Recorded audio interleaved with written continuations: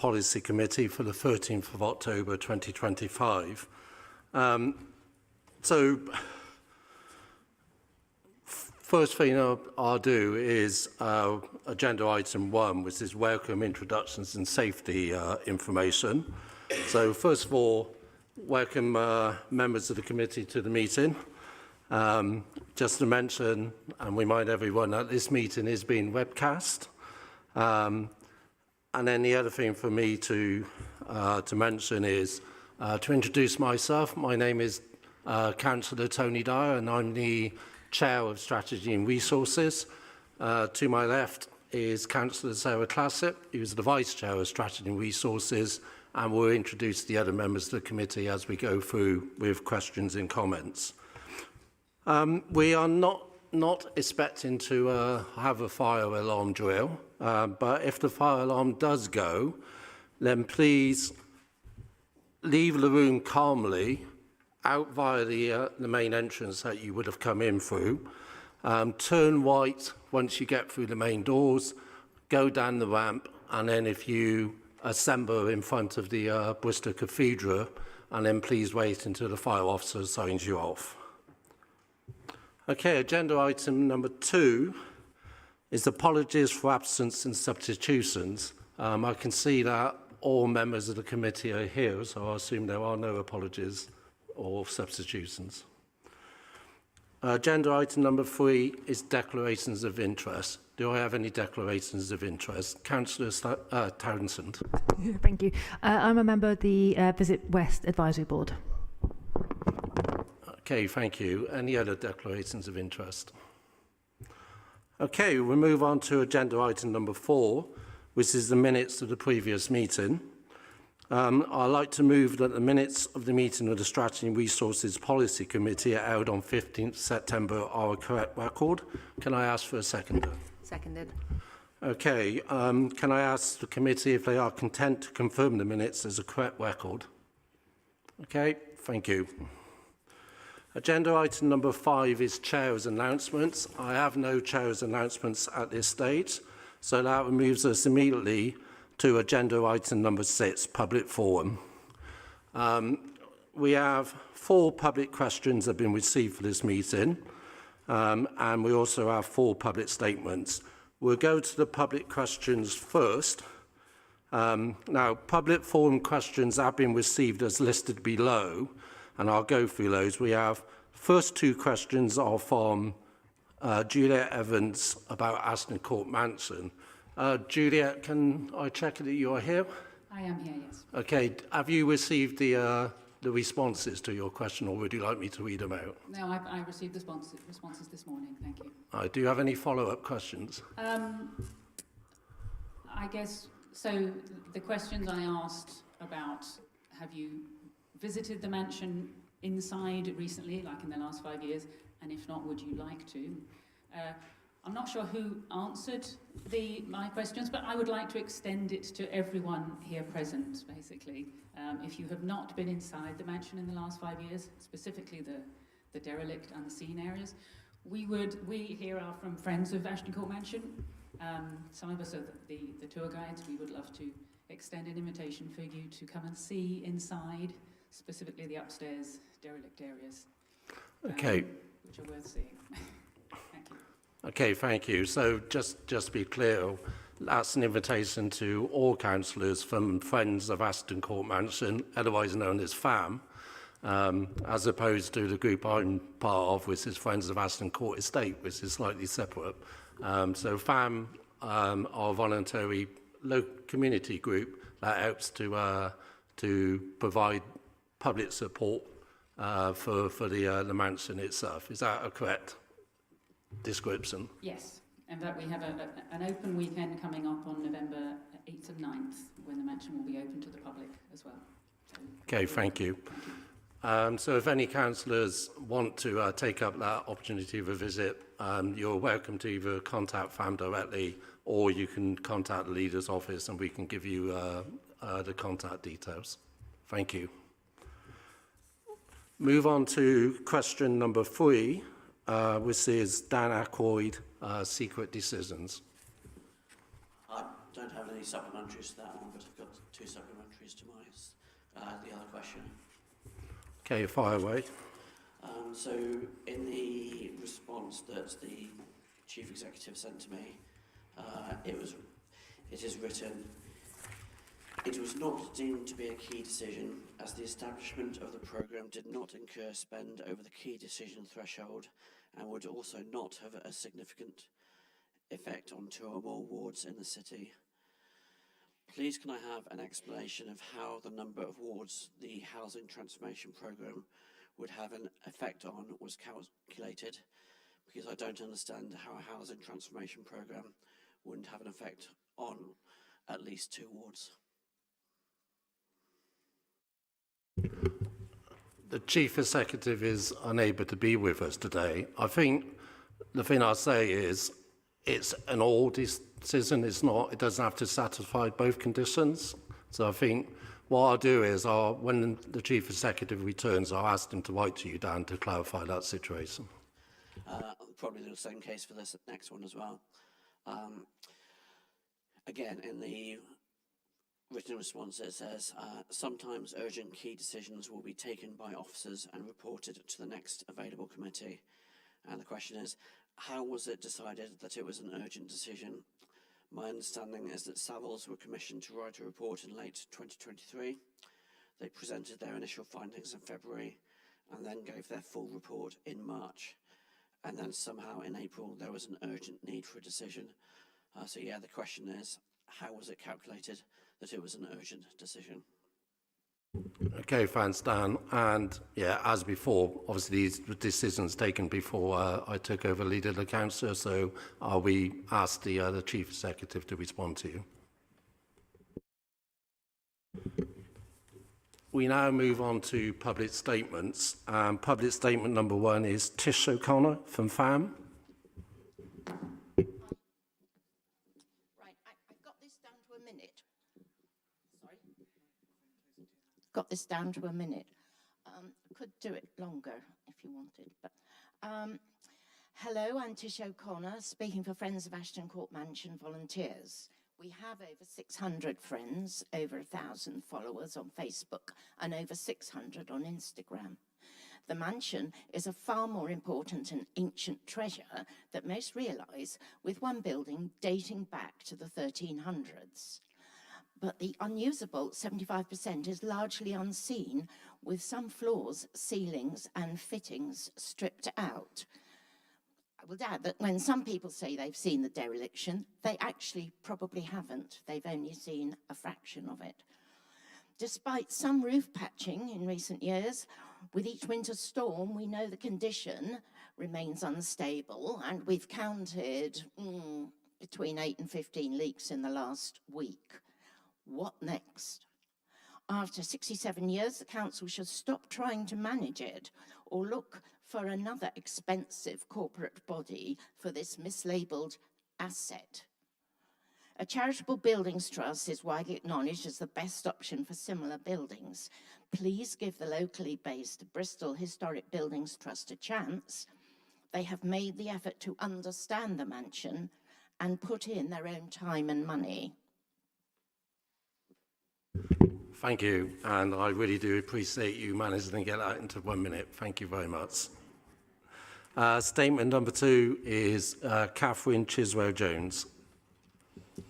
Hi, I'm Catherine from Artspace Lifespace. We respectfully dispute the recent assessment that the urgency of repair work has lessened. We agree that BHB's proposal will require further refinement and negotiation, and any plans for Ashton Court Mansion must prioritise sensitive conservation.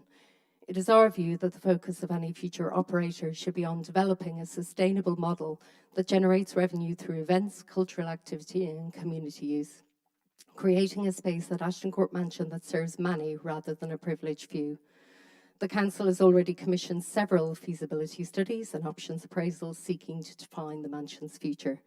The main recommendation of the Purcell report was clear. Ashton Court should be vested in an independent, project-specific charitable trust rather than rely on a single commercial use or user to secure its survival. Our recommendation is that only proposals which place Ashton Court Mansion's restoration and management in the hands of a charitable trust should now be considered. This model offers the most sustainable route to preserving the building's heritage, enabling community access and protecting the estate for future generations.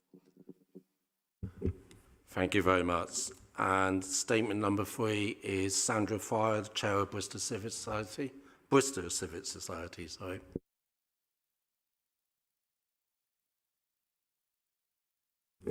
Okay, we'll move on then to statement number 4. This is Josh and Ollie Egerton. Okay, thank you. And then statement number 5 about women's football in Bristol is Councillor Emily Clark. Emily's not here either. Okay, thank you very much, everybody, for your statements. In the end, you probably could have taken a bit longer than your minute, but thank you in any case. Unfortunately, the agenda item about Ashton Court Mansion is towards the end of the agenda. I am wondering whether the committee would be happy for us to bring that item forward. Okay. Unfortunately, we don't have a complete agreement on that, so we'll carry on in its current agenda item.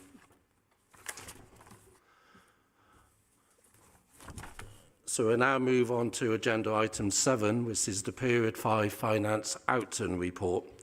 I'd like to advise the committee that this report represents information and analysis on the Council's financial performance against the approved budget and its forecast use of resources for the financial year 25-26, and seeks approval of finance adjustments required to the budget. And I would like to invite Andy Wathery, Head of Finance, to outline the report. Okay, thank you, Chair. So I'm going to give an overview of the report. So I'd say the key thing to note is movement from our period 2 position. So we've seen a 9 million adverse variance. So this results in a forecast overspend of 18.7 million. In the main, this is down to some of the identified risks that we had at period 2 and subsequent periods being incorporated into the forecast. So this brings our risks down, but it increased our forecast overspend. So about 7 million of risks have been built into the forecast. And we've also got ongoing funding challenges in adult social care and children's social care placements. So to manage this and bring us back into an on-budget position, we're currently finalising our financial recovery plans. So these have been through internal budget assurance meetings, and we'll be incorporating these into our next forecast. Savings performance has improved in year when we compare to last year at 83%. That's 42.4 million of 51.3 million savings forecast to be delivered. I think the largest area of challenge has been slippage in some of our social care transformation programs. And the savings programs are being reviewed so we can reprioritise some of this to really think about how we can mitigate some of those ongoing challenges in social care. Other headlines in the report include our housing revenue account. This hasn't moved from period 2, so that's 1.3 million over budget. That's just under 1% of the total budget. And our dedicated schools grant, that's 36.3 million over budget. That is 6.6% of the total budget, and that is a slight improvement of nearly $1 million from the last period. Our public health and Bristol Harbour accounts are forecast to break even. Onto our capital programme, we have forecast slippage to the delivery of the capital programme of around 108 million. This is against a total budget of 451 million, so revised forecast is 343 million, of which 146 million is within our housing revenue account and the remainder is in our general fund capital programme. So I'll just go on to council tax. So up to the current period, our council tax collection is at 45.6%. That is pretty much in targets. So there's a small variance, but we're talking like 0.01 or 2 of a percentage. So council tax is really forecast in line with our collection. And going on to business rates, our projected collection is 47.93% to covered period against 48%. So again, close to how we set the tax base for business rates. Sarah, is there anything else you'd like to add to the paper? Okay, thanks, Sarah. Okay, Chair. Okay, thank you. I now open it up to questions and comments from members of the committee. Councillor Patrick McAllister, you first. Thank you. Thanks very much, Andy, for this. It's and the rest of the finance team. It's a really detailed set of reports. Some of the detail in here is encouraging, and some less so. I think we're obviously still in challenging financial times. I am very conscious that while we've got percentage figures here which are helpful, where gross figures maybe not so much, but we don't exist in a vacuum, and I'm wondering how we're comparing to some of our peer authorities. If we've got some of that information, please. Obviously, a lot of the challenges we face are structural nationwide challenges, and it would be good to know, are we ahead of our peers? Are we behind? Are we doing better or worse? Thank you.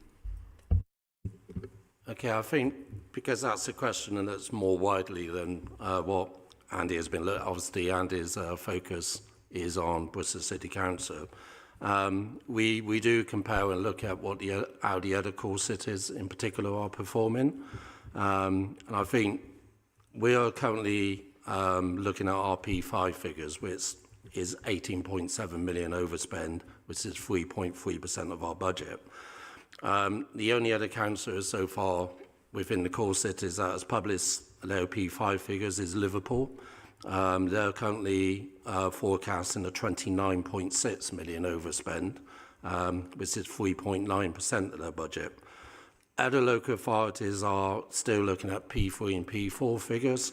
Birmingham is 28.8 million overspend. Sheffield is 28.2 million, which is 5% of their budget. Leeds is 22.2 million, and then Manchester are doing slightly better at 9.1 million, Newcastle at 5.5 million. Nottingham is actually at P3 forecasting an underspend of 3.1 million, but now within their directorates it's actually overspend of 10.3 million. I would suggest that probably those figures for P3 and P4 are likely to find the same problems we've had in the last month or two, but it remains to be seen. I think what is striking is if you look at the three core cities in Wales and Scotland, whereas the English core cities have an average spending of overspend of 17.4 million, the three devolved cities average just 3.2 million. So maybe there's something we need to look at what's happening in the devolved authorities that's not happening so far from Westminster. And in terms of where we are seeing problems, it's the same pretty much across the area. We have an 8.8 million overspend in children and family. Birmingham is 6 million. Manchester 7.2 million. Newcastle 5 million. Leeds is 18.8 million. Sheffield 15.1 million. And then adult social care is another area which across the board is seeing problems. We have a 5.6 million overspend, Leeds 7.9 million, Newcastle 3 million, Sheffield 31.3 million. So I think in the context of looking at cities right across the country, we're probably about average, but no, clearly we still have a lot of work to do to get ourselves back on track to where we want to be. Councillor Gillandris. Thanks, Tony. Andy, thank you for the presentation, and thank you for everything you and your team are doing. It is challenging times, and obviously a lot of the overspends are in demand-led services where it's difficult to manage or do anything about that. Nevertheless, it is important to record that this is a sizable hole in our finances. It's nearly £19 million, so I think that does need to be acknowledged. The questions are, one, do you think that 19 million is as far as it gets in terms of the whole? Is it likely to be lower by the end of the year? Do you think that's likely to happen? Because we have various savings plans. The second question, the CAS money that we get is always a little variable it's difficult to forecast. Have we taken into account the CAS money when we're trying to work out the size of our deficit here? In other words, will that possibly help us a little bit by the end of the year? Okay, thank you. So, in terms of our forecast position, incorporating the work that we're doing on recovery plans, that will improve the position by the end of the financial year. That is on the basis that demand holds as we forecast at the moment. So if demand in activity-driven services increases beyond what we forecast, that would drive up and take over some of those recovery activities that we're building in. But if demand holds roughly at the current level that we forecast and implementing what we've put forward and internally to help mitigate this, that will be an improved position. So on the CAS, so there are conditions around CAS money in terms of reinvestment into transport. So the incorporation into our budget has been set. John Smith might want to add to that, but I think we're doing all of the right things with the utilisation of CAS receipts. John? Yeah, thank you, Chair. Thank you, Councillor. Yes, we keep under review both the amount of CAS income and where it can potentially be used to support council activities, and that's something we'll obviously talk about primarily with the Transport and Connectivity Committee. It's fair to say, I think, that money, useful as it is of course time limited. So you know what we're really focused on, Andy, isn't it, is trying to find sustainable medium-term financial strategy solutions. But of course, it's been useful. Councillor Blenkinsop. Just to chime in on that CAS point, because I was just reading it, and I hope it is all right to discuss the appendices just on that bit. We've got GR09 on the Clean Air Zone programme, with the variances due to extension of funds into 2028 due to State 2 assessment and current air quality levels alongside reprofiling of freight consolidation spend. I was hoping someone could explain what that means, because I was, quite frankly, unable to determine it. I can certainly deal with, forgive me, Chair, I can certainly deal with the first part of that, Councillor. So the expectation is that we may have an additional year of clean air zone operation than was originally forecast. So that's why we've been looking at the potential for additional funds. Secondly, there was some freight consolidation funding that was made available to us, which wasn't utilised, and I think that's just been consolidated into a fund which is otherwise available for usage. All right, thank you for explaining. And can I just double check, in terms of the clean air zone and how long that continues for, that's a government decision rather than a local decision, isn't it? That's right. There's an assessment made based on the air quality sampling that is done, which I think there is a report coming to Environment and Sustainability shortly on the latest position on that. Okay, thank you. Councillor Renard. Thank you. A few questions. The one I wanted to start with was page 33 of the pack, 2.9.1. And this is housing, but the general fund by looks of it. It says that the most significant forecast movements this period 2 relates to the identification of £1.2 million of a budget omission during the 25-2026 budget setting within housing options. Could someone enlighten us to what that is? I'm just interested to understand how you forget to include £1.2 million of spend in the budget. I'm just going to pass this on to Sarah. Yeah, I believe that's down to the fact that we had a duplication of savings, so therefore the spend was omitted in that way as we built the budget. So it was an error that was identified post-budget setting. Could I get a full response after the meeting? Is that all right? Yeah, we can take that away.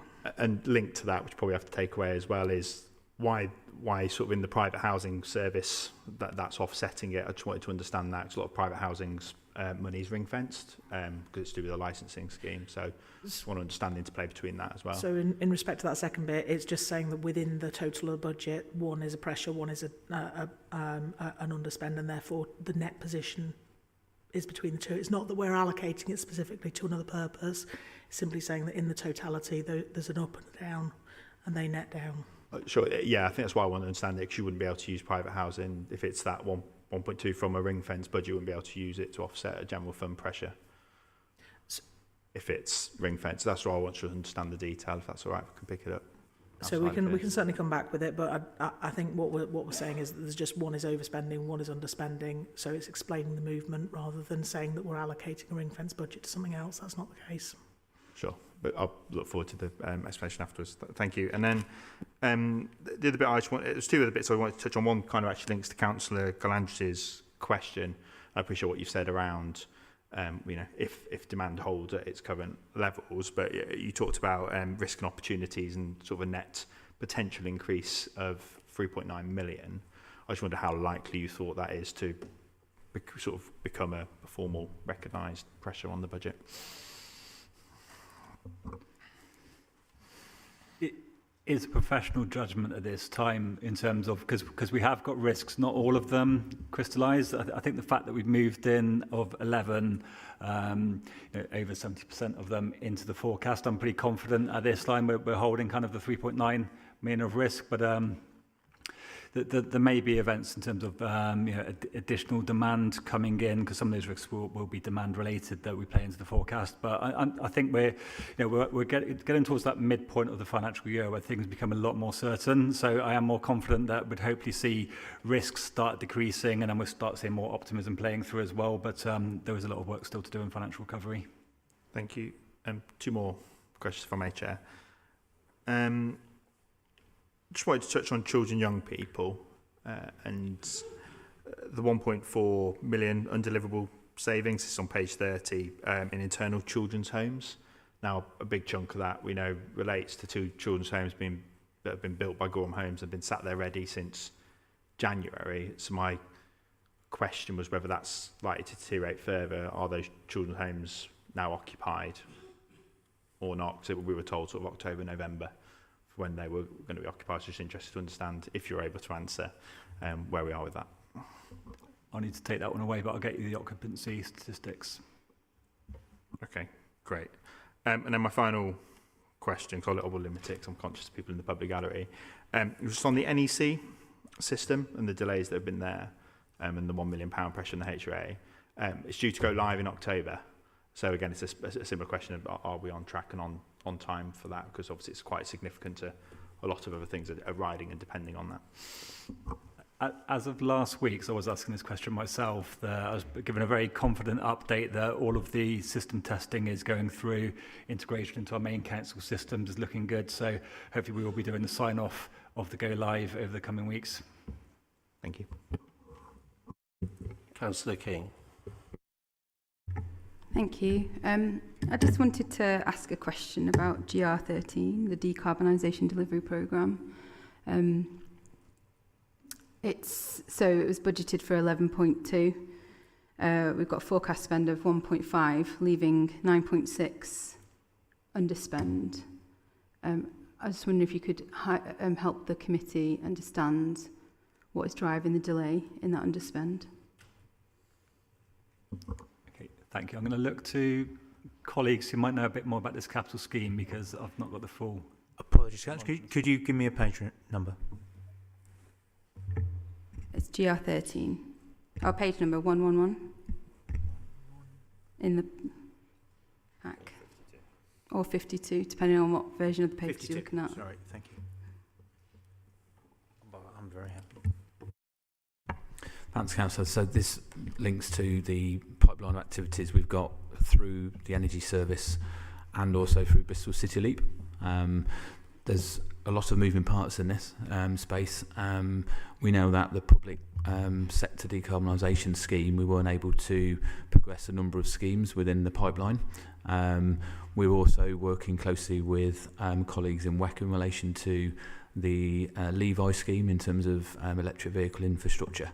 So at this time we are still working through project ideation and early stages of the projects. So that money will be, the projects will continue into next year and the following year.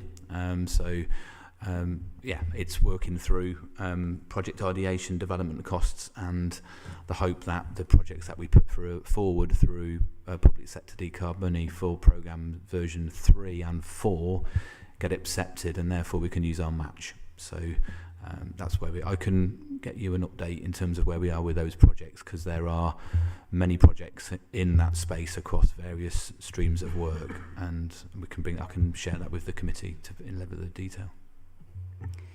Thank you. Yeah, I guess I'll just repeat the calls of other Labour councillors that have asked, particularly Kai Dud, for the opportunity to scrutinise the delivery of these City Leap programmes, which we feel should be coming to environment and sustainability as well as this committee. I don't think it's an acceptable level of underspend, especially when we all have signed up to a climate emergency. And I think there would be a public perception that this agenda would be prioritised possibly above all else under a Green administration. So I think it would be really good to kind of get into the detail of that and understand that and have that scrutiny opportunity at both this and environment and sustainability, please. Yeah, I'll work with the chair and we'll work that through with yourself and the chair of environment and sustainability to give you a pipeline update. Okay, thanks, Pete. Just clarification for me, how much of this underspend has been affected by the cancellation of the public sector decarbonisation programme? I haven't got that information right now. I'll have to get that, Chair. Okay, no problem. Any more comments or questions? Okay, in that case, I'll move to the recommendations.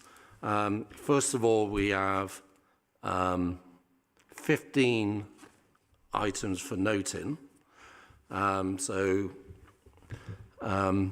would like the Strategy and Resources Committee to note the following recommendations. 1. The Council's General Fund forecast outturn revenue overspend of 18.7 million at P5 2025-2026 against a Council approved budget of 571.4 million. 2. The additional rated net risk of 3.9 million per the Risk and Opportunities Register. 3. The performance on delivery of savings. 4. The Council's outturn position of 1.3 million overspend within the housing revenue account to be contained by the HRA General Reserve at the year end. 5. The Council's outturn position of a 36.3 million net overspend in the dedicated schools grant, and that, as part of the DFE safety valve agreement, the General Fund approved budget for 2025-26 includes the transfer of 11.7 million to an earmarked reserve at year end. 6. The break-even position on public health services. 7. The break-even position on the Bristol Harbour Fund. 8. That in accordance with budget management principles, the Council is moving into a period of focused budget recovery, with action plans being progressed at pace for those areas with budget pressures, to include children and education, adults and children, growth and regeneration, and the HRA. An update will be included as part of the P8 report. 9. The latest position on balance sheet risks. 10. The Council's forecast underspend of 108.2 million against the capital programme revised budget 2025-26, comprised of 70.7 million underspend on the General Fund and 37.5 million underspend on the HRA. 11. The planned use of capital receipts of 20.7 million.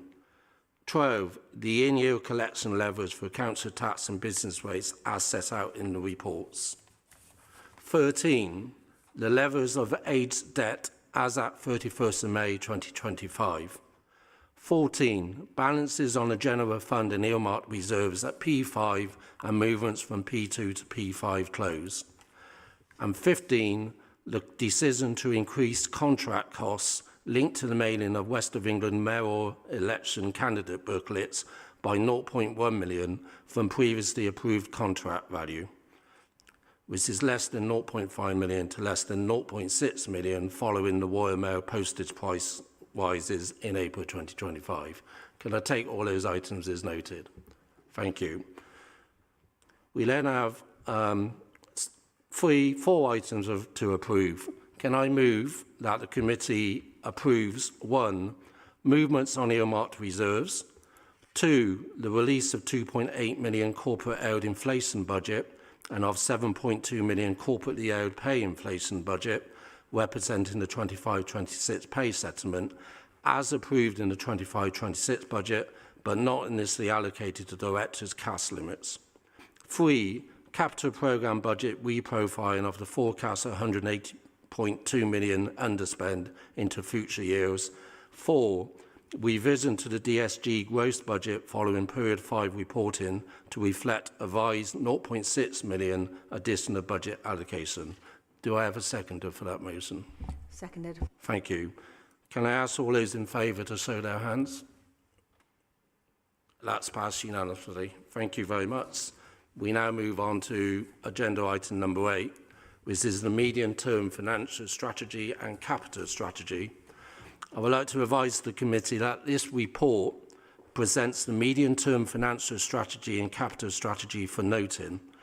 These are fundamental parts of the Council's financial planning process, and together they set out the Council's strategic approach to the management of its finances and provide a framework for delivery of the Council's priorities. The medium-term financial strategy and capital strategy are rolling documents covering the periods 2026-2027 to 2030-31 and 26-27 to 2035-36 respectively. And in line with good practice, both are regularly refreshed so that their assumptions remain relevant. And I would now like to invite Andy Rothery, Director of Finance, to outline the report. Andy. Okay, thank you, Chair. So this report sets out the financial landscape for the coming 26-27 and the years ahead to 2030-31. I think a few key areas to note is some of the wider economic factors that really play into our budget setting. I think some of the key things that have really sustained is high interest rates. This puts pressure on capital borrowing because higher interest means it costs more money to service and pay back that capital. High inflation is impacting on our payments to the supply chain with our providers. And also we are seeing ongoing pressures in adults' social care, children's social care and temporary accommodation.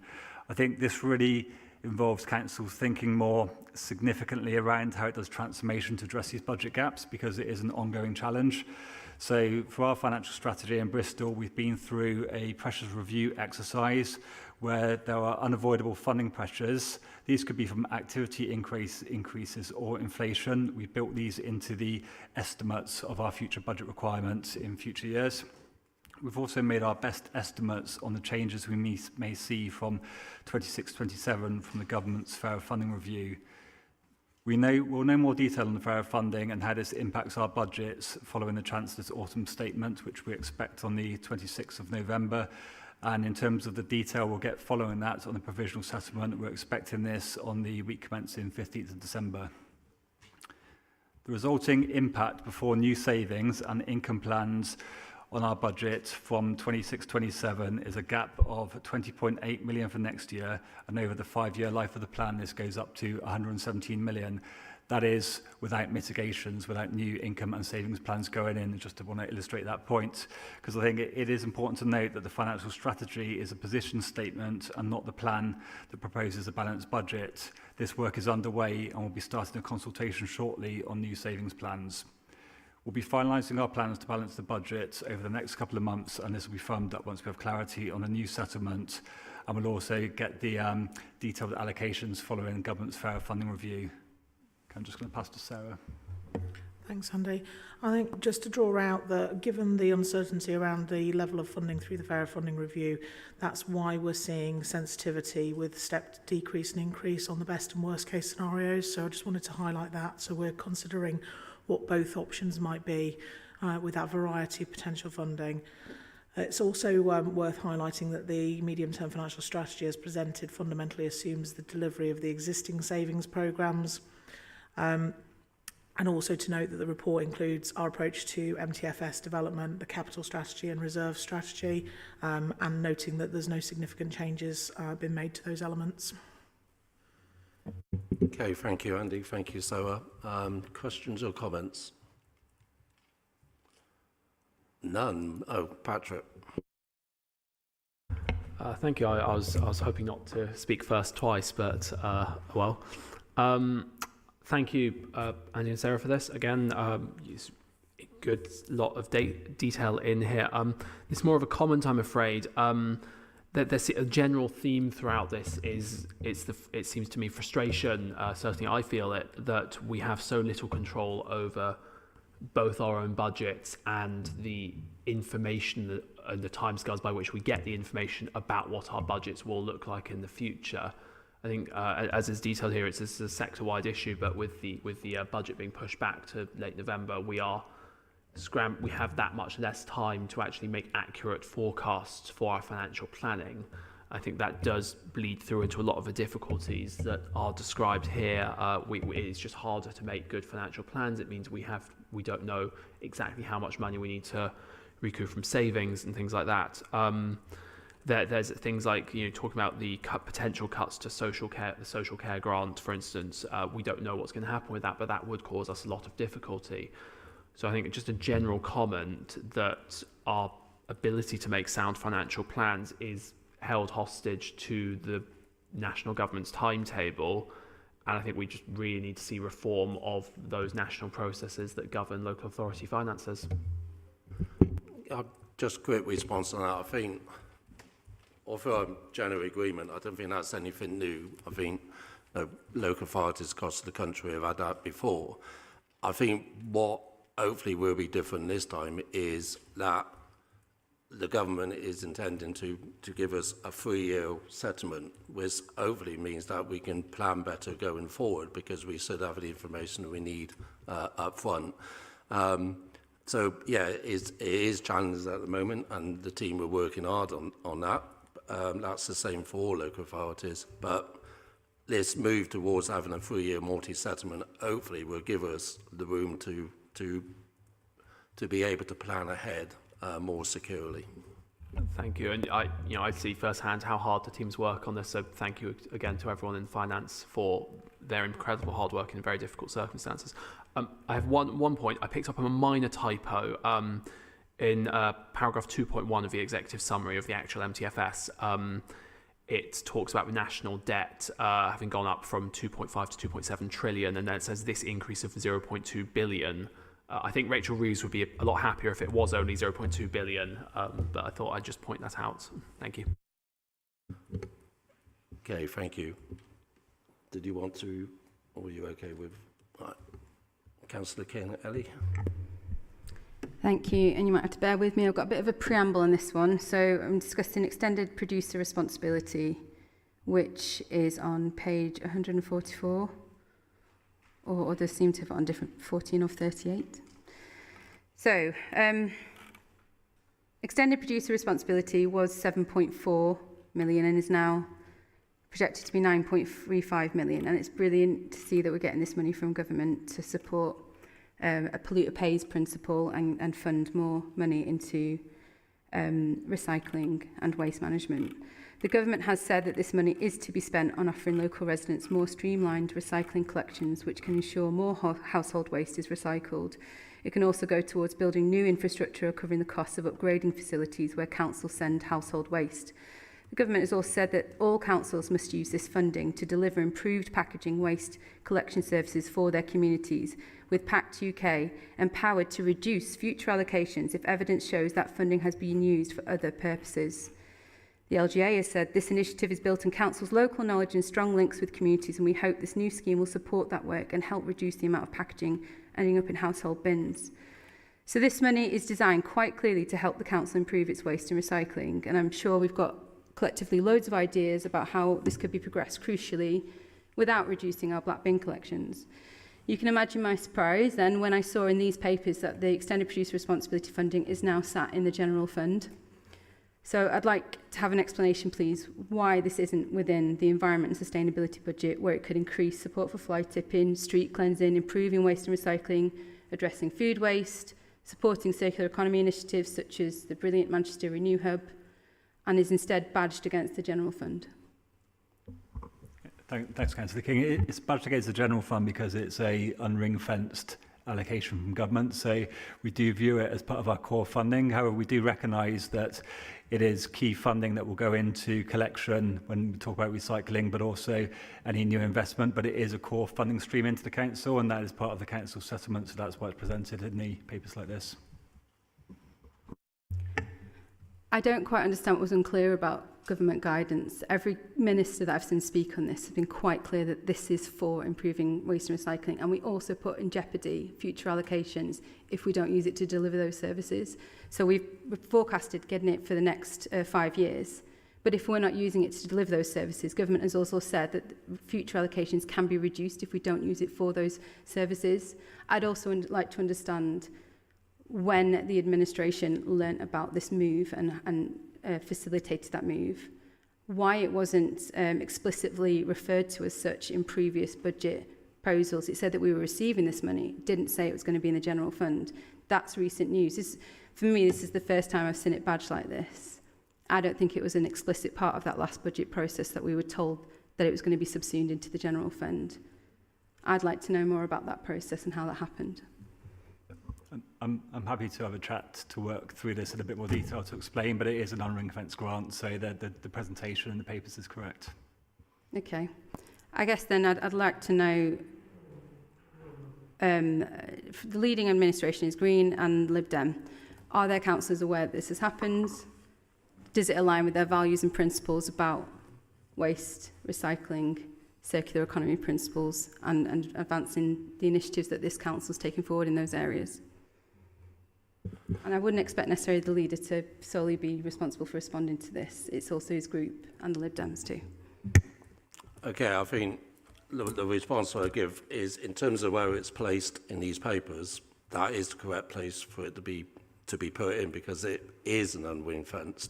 I am slightly surprised that if it was intended to be ring fenced, why it wasn't statutorily stated as being ring fenced, because then that would have left us with little option. I think what we will be looking forward as we look at budgets going forward is how we can improve waste and recycling in the city. But as you will be aware, we also do have a wider range of responsibilities as well. And we know that if we are unable to deliver a balanced budget, then some of the things that we want to do, which I think all parties agree with, may not be deliverable. But I'm happy to sit down and have a conversation and clarify about how this money is going to be spent going forward, along with my colleagues.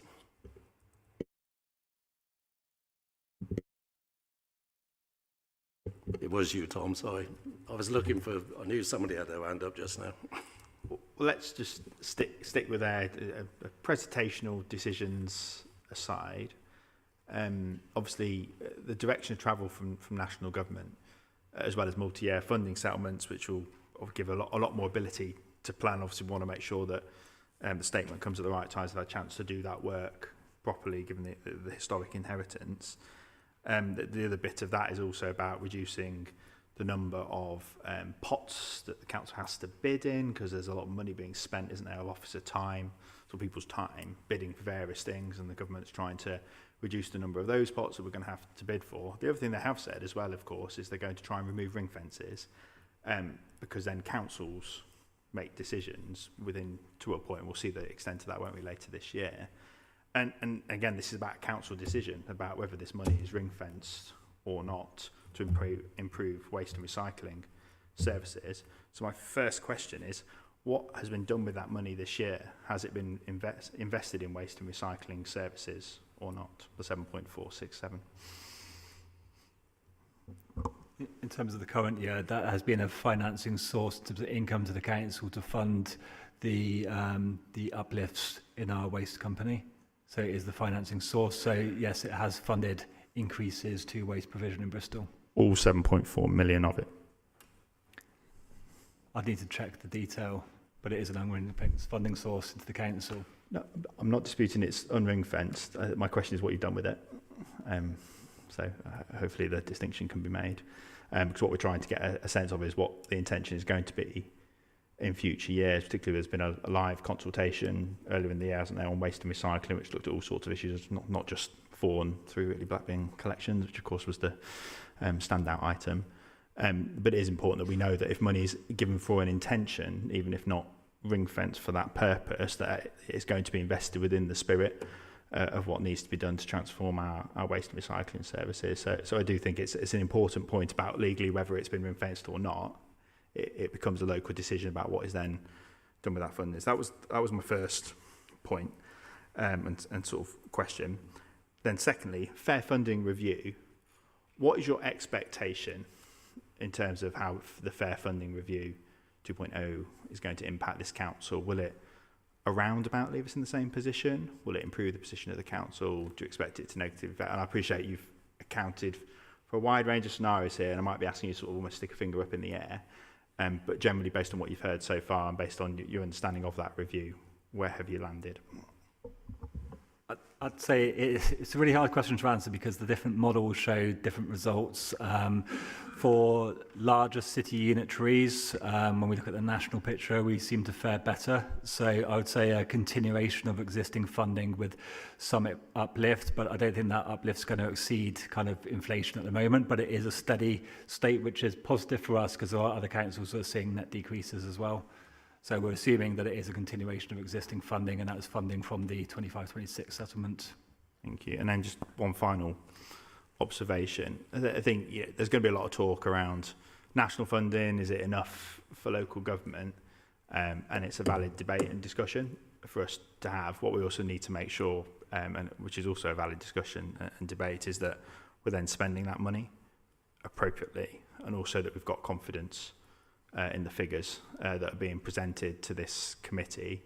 So thank you for the update I've had on the debt write-off report. Obviously, it's quite concerning that was £9 million out. Actually, the write-off was 27 million plus instead of 18. And I think it's just making sure that we aren't going to continue to see these errors. Same with that 1.2 million that's been highlighted today, because it just raises that concern of how much of a grip is there of the finances in this council. I'll leave it there. I think that obviously it is important that we make sure we get the numbers as clear and accurate as possible. I certainly know from last year, one of the great difficulties was not being able to rely on the complete accuracy of some of the numbers we were presented with, which meant that we had to then spend even more time finding out why certain savings that had been booked in were now no longer deliverable because the numbers didn't add up. But I do take your point. There is a requirement upon us to present the information and ensure it is as accurate as possible. I would say, as leader of the council, I am much more confident about the processes we have in place now and the ability of the finance team to install those processes delivering. I think what we'll now find out over the next few months is how effective those processes turned out to be, particularly in terms of recovering the deficit we are currently facing. I also go back to the other point about not having too many ring fence accounts and therefore having more discretion at local level. And I think this isn't just applying to us at Bristol City Council.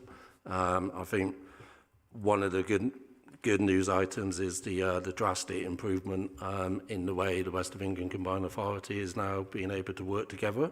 And I think one of the greatest benefits to us going forward is being able to have a West of England Combined Authority that is recognised by government as going in the right direction and moving as quickly as possible to where we get on the same level as Greater Manchester and the West Midlands, where we're able to get the same sort of unring fence approach to the budgets we're given, so that the spending decisions can be made locally, whether that be at the West of England level or whether at the Bristol City Council level.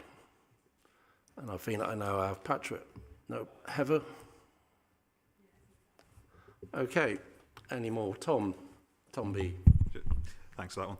Just a quick one, which is obviously we've got the external consultation. We'll seek views on increasing council tax and the social care precept. And I mean, looking at the figures, there is absolutely no way that we aren't increasing council tax and social care precept. So I'm a little bit confused about what that consultation is supposed to achieve in practice. it does mention further consultation may be required thereafter to obtain stakeholders and the public views of spending priorities. I am not concerned, but certainly thinking here and mindful of the points made on social care later on page 147. Will these consultations, what will these consultations be looking at with regards to social care? Will we be potentially looking at further cuts to spending there? Okay, I'll just answer the first question quickly in terms of consultation and council tax. We have to consult every time. I think it's a statutory requirement, but I'll let Andy go into more detail. Yeah, it is a requirement in terms of consulting on the council tax. I think one thing to note is the way the council's funding is put together, we call it core spending power. It's when you combine council tax, business rates and government grant. Under the 3-year spending review, government have assumed for that full 3 years, council tax will be at 3% and social care precept will be at 2% and the 5%. So that is almost assumed baseline funding. So we are consulting on the fact that that's our understanding and that's what we're putting forward in our budget assumptions. So we are seeking views on that. But at the same time, within that consultation, there will be proposals around adult social care because the 2% increase on social care precept alone is not enough to fund the annual cost of adult social care when you combine inflation and activity. So there will naturally be cost reduction measures as well to help balance the budget. So we'll be seeking views on those also. Thank you for confirming on that point. And I do take the point that it is an obligation on our part. It just does feel a little bit hollow. Unfortunately, sometimes national governments of all colours require local government all colours to do things that we sometimes think, why are we doing this? Because we really pretty much know what we're going to have to do anyway. And I think the other thing, which most of us as politicians probably agree is that council tax is probably not the most effective way of collecting local taxation. That it can be seen as being very regressive in how it works. And we will continue along with our colleagues in other cities to lobby for changes to the way local taxation is collected to a system that hopefully we can ensure is more fairer. Do I have any more questions or comments? In that case, I would like to recommend that the committee notes 1, the outlook and projections within the 5-year medium-term financial strategy and capital strategy. 2, the updated reserve policy. And 3, the medium-term financial strategy principles. Can I ask that the committee note those items? Thank you very much. We'll now move on to agenda item number... hang on a second.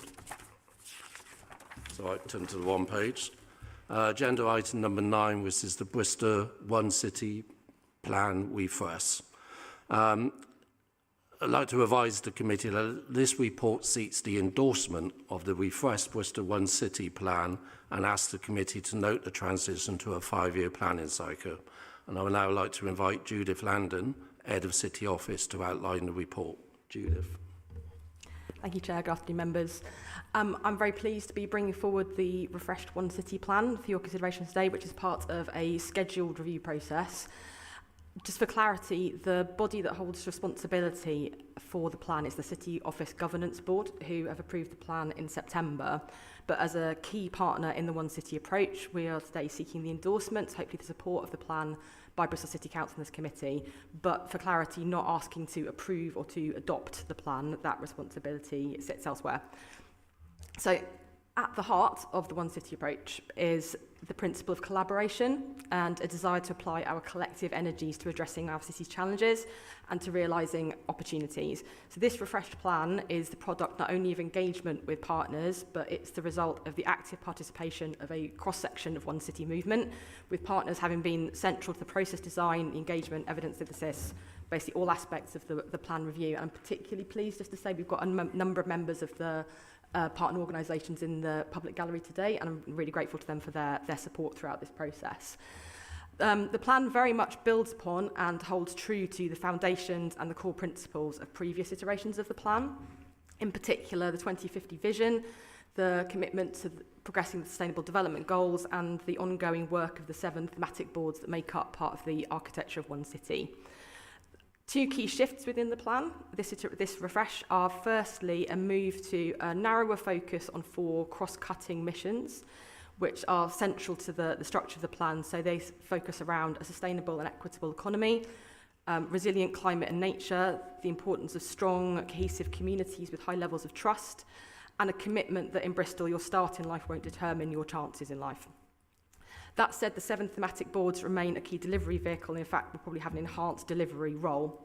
And these 4 missions will then span the work of those boards and provide a structure to focus our collective efforts, and I hope to inspire and galvanise action across the whole One City movement. And with that move to missions also comes a longer refresh cycle, so we're moving to a 5-year refresh cycle rather than a 2-year one to give that longer term commitment to shared delivery. The other significant evolution within this plan is the shift in structure from one that was focused very heavily on the role of boards to one that extends that to invite contributions from a wider range of actors across the city. So the ambition is to grow and further develop the One City approach to become a true social movement to which anyone in Bristol can contribute. So essentially a sharper focus but a broader, wider invitation. And really just to emphasise the collaborative nature of this plan refresh process, it's been one that has engaged many, many partners and has tried to find that sweet spot where we can all work together to the greatest possible effect, and to extend my thanks to those who've come today to see this presented to members. Thank you. Thank you, Jude. Councillor Billinkensop. Thought I should save Patrick from having to do it again.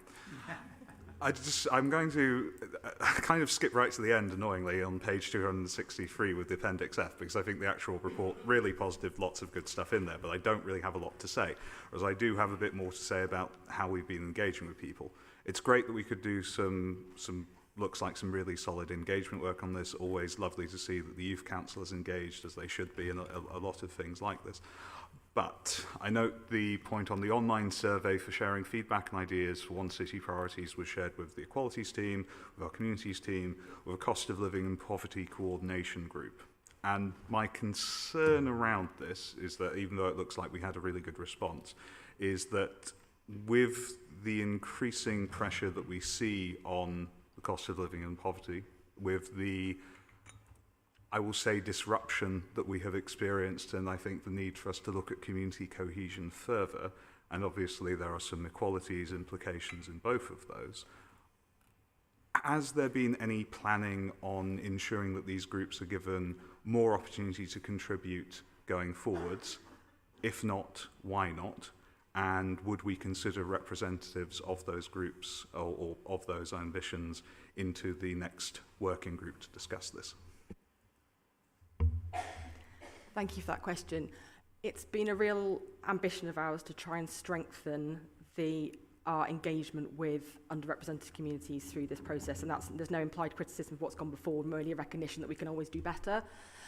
So I hope that we, as you recognise, in engaging with some of those groups in an intentional way, we have made some further progress, but it's not a job done.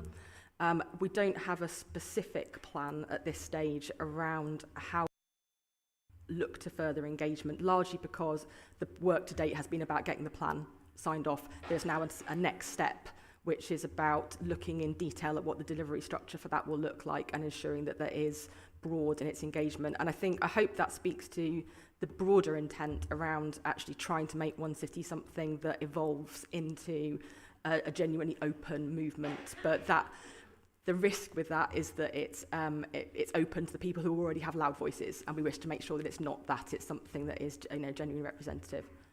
And in the spirit of that, again, it's not a criticism, but I think it is especially important, given our current situation, that those voices are heard. It is reassuring to know. I'm certainly not expecting we get to it right away, but if that can be taken into account going forwards, I think that would be an excellent step.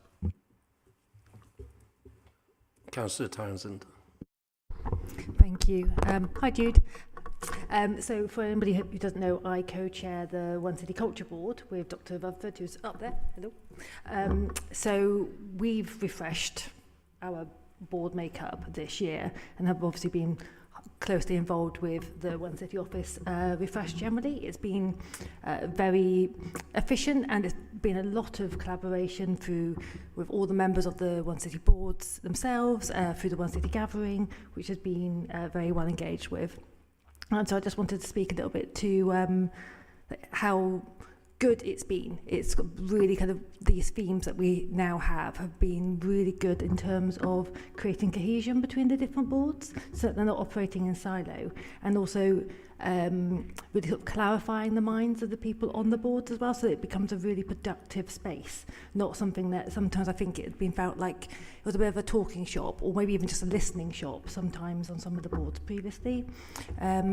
When we, so about a year ago, we refreshed the culture board, and we made particular care to make sure we had a really diverse group of members, obviously restricted to 20, and it was wonderful that we had more than three times as many people and organisations apply to be on the One City Culture Board. But we made sure that it wasn't just big organisations in the middle of the city, it was diverse ones out across the city. We've got Northwest Media Centre, for example, a wide range of different marginalised demographics involved as well. And that really kind of feeds through to the work that we're doing now on the One City Culture Board. In terms of the themes that Jude's office has brought forward, just last week we had a One City Board meeting, myself and Anna as my fellow co-chair. We did a piece of work with all of the board members where we looked at all of those themes, and we discussed how are we already in our organisations, how are all the members on the board already doing something to meet those goals, and if they're not doing something already, what could they do? And it kind of it helps the boards become really tangibly creating change, which is what they're there for, rather than just thinking about slightly more sort of airy kind of big picture things. It's actually how can we tangibly make changes for our city and make it a better place to meet these aims. So yeah, I just want to say I think they're working really well, and are a really good jumping off point to make really great cohesion between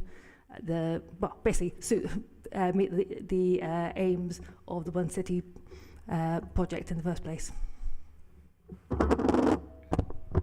Thank you. Tom Reynolds. Sorry, Councillor Tom Reynolds. Thank you. I mean, firstly, thank you for all the work that's been done on this, and also to City Partners that I know will have worked really hard on this. It was one of the crowning achievements, I'd say, of former Mayor Marvin Rees and the Labour administration to bring these structures together and really make sure that we were bringing partners together to work on shared challenges that we have. And also, you know, it's important to reflect that when the COVID pandemic arrived, it put us actually in quite a strong position to be able to respond quickly and dynamically, because actually the relationships and the partnerships, whilst obviously are never going to be perfect, had been built up and had created that space for people to already have built a level of trust, which then meant that in the midst of a pandemic we were well placed. So it is really good to see that this work is continuing. It's really good to see that the new administration has kept its commitments to continue to work in a partnership way. The one thing I will flag as some constructive criticism, and you probably anticipate, Judy, what I'm about to say, because she came to party group leaders in August, and I fed back there that I didn't feel that the stuff on housing delivery was strong enough in this document. I do note it's a critical enabler that is written there, anticipating that will be the reply. But when we're kind of looking at a national government ambition of 1.5 million homes over the next few years, which is a very challenging target to be delivering that, I'd be expecting to see it more prominent in our partnership work. And you know, I used to co-chair the Homes and Communities Board. I wouldn't necessarily share the sort of talking shop reflection, but I assume that's just particular to the Culture Board. I think we managed to get quite a bit done there, but we do need to make sure we don't lose that focus and priority on housing delivery. It is really, really crucial, and particularly affordable homes and homes that are truly affordable. So I was a bit disappointed with that, but I appreciate you came to party group leaders for information really, rather than to seek out actual feedback. And I think that links to the second point I do want to make, is just how cross-party political engagement is going to work going forward. It's been inconsistent. I think sometimes the vice chairs of policy committees have been invited to One City gatherings, sometimes they haven't. You know, how's engagement from other parties that aren't in administration going to work on the boards with the boards? and it would be good to have more opportunities to engage, because we do want to play a constructive role in improving things for the city, and currently we don't feel like we're getting sufficient opportunity to do that, which is disappointing. But thank you for the work you've done. We'll be supporting this today, but it is with that very explicit reference around the need to make sure we don't lose the thread on housing delivery. Thank you. And thank you for both those comments. It's actually very, very helpful to hear, and I appreciate your engagement. On the point around engagement of all members, I would just reflect that since joining the City Office a little under a year ago, it has been struck me as being a very nice problem to have, but a problem nonetheless, that there is so much appetite to engage with One City, which is part of its absolute strengths and gives us challenges around things like city gatherings and other set-piece events, around when we can fill those events several times over, how we manage that. But I absolutely take on board your comment, and I hope you take from the document that the intent is absolutely one of as broad a church as can be convened, and we'd like to work with all members around that. Thank you. I think what I'll add to that as well, Jude, is that if we invite the vice chairs as well, it's probably just, I think it's 8 more people, so we could probably fit that in. They may have to stand at the back along with the chairs, but at least we can invite them in. Okay, any other questions or comments? Okay, in that case, this has 2 items. One is to endorse and the other one is to note. So I would like to ask the Committee for Strategy and Resources endorse the Refresh Bristol One City Plan, and 2, note the transition to a 5-year planning survey. Can I take that as endorsed and noted, respectively? Okay, thank you very much. Thank you, Jude. Agenda item number 10 is the Property Transformation Programme Quarterly Update. This report presents the latest Property Transformation Programme Quarterly Update for information and noting. And I would like to invite Pete Anderson, Director of Property Assets and Infrastructure, to outline the report. Pete, or so we go straight to David. I'll take this one. All right. Thanks, Chair. For the committee's benefit, you'll be hopefully familiar with the outline and the structure of the report. So the Property Transformation Programme is one of the 5 transformation programmes in the council, and this provides an update on what we've done, but also what we are going to do in the next quarter. It focuses around 2 key strands of work: establishing the corporate landlord and the projects that are assigned to that, as well as our disposal and estate rationalisation programme, which this committee will be very familiar with assets being brought here in relation to for the disposal. On the disposal and estates rationalisation, there aren't any new assets being brought forward in relation for this committee. And at the previous committee, we did provide an update in relation to our new model for disposal and assessment in terms of viability that we presented last time. So that was good progress in relation to what we do and how we do it. Also some good progress in relation to concluding the refit and the fit out in 100 Temple Street. Pleased to say we're now in that closing stages of that project, and we are currently actively marketing a floor space, the only remaining floor space in 100 Temple Street. We are at the closure stage in relation to print and mail, as well as the corporate events and catering contract. Moving into October to December, in terms of looking into the quarter we're in, we will complete those closure reports and bring those back, with the continued focus in corporate landlord in relation to our ICT system that we're actively we've awarded, and we're looking to go live in May 26. We awarded our Hard FM contract to Lord Stewart in September, and we are mobilising that contract now to ensure that we can ensure that we've got a compliant estate, and we'll continue to do so. The report makes reference to the Bottle Yard studio in relation to that was a strand of work within this piece of work, and a further update report will be being brought back to this committee in relation to the Bottle Yard. There is financial information within the report. Pleased to say that the revenue savings target, which the programme has got assigned, which is 1.215 million, is on target to be delivered, so that's positive. and the paper also makes reference to the capital receipts target that we continue to work towards, and the assets that were agreed for disposal at the last committee in relation to the in Avonmouth, they're actively being marketed as we speak. Thank you, Chair. Okay, thank you, Pete. Councillor Blenkinsop, Tom B. So, one, very good to hear on the Avonmouth properties. Thank you for that update. Noting the bottle yards and how that has fallen through, when about can we expect an update on that? What's the time frame? So we'll be working obviously in consultation with the chair, councillor. We have got agreement from our transformation board to do an options review, and we're having discussions internally and seeing if there are other public sector partners who wish to work with us on it. So I wouldn't be able to give an exact time frame, but I would hope within a couple of months, Chair. Yeah. Okay. Yeah, my preference is that we bring it either, I was hoping November, but it's more likely to be December. Thank you. On that point of the options, my question was essentially, are we still minded to try and dispose of it? Is that still the administration's view? I mentioned, you've just mentioned options review, so is that still being considered? But clarification on that point would be very welcome.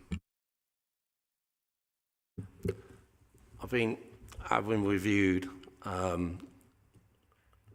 we put a lot of effort into going forward with what was the previous proposer. I think it's unlikely that we will now look for a private sale, but I think we do need to look at what the other options are available for bringing in public sector funding to ensure that the body art studios continue to thrive. However, that is all subject, of course, to us getting the opportunity to ensure we can find that funding and make sure it securely meets what I think we all want to do, is that the body art studio continues to be able to compete with what is a lot of privately funded organisations, and that we can continue to allow them to provide what they've been providing up to now.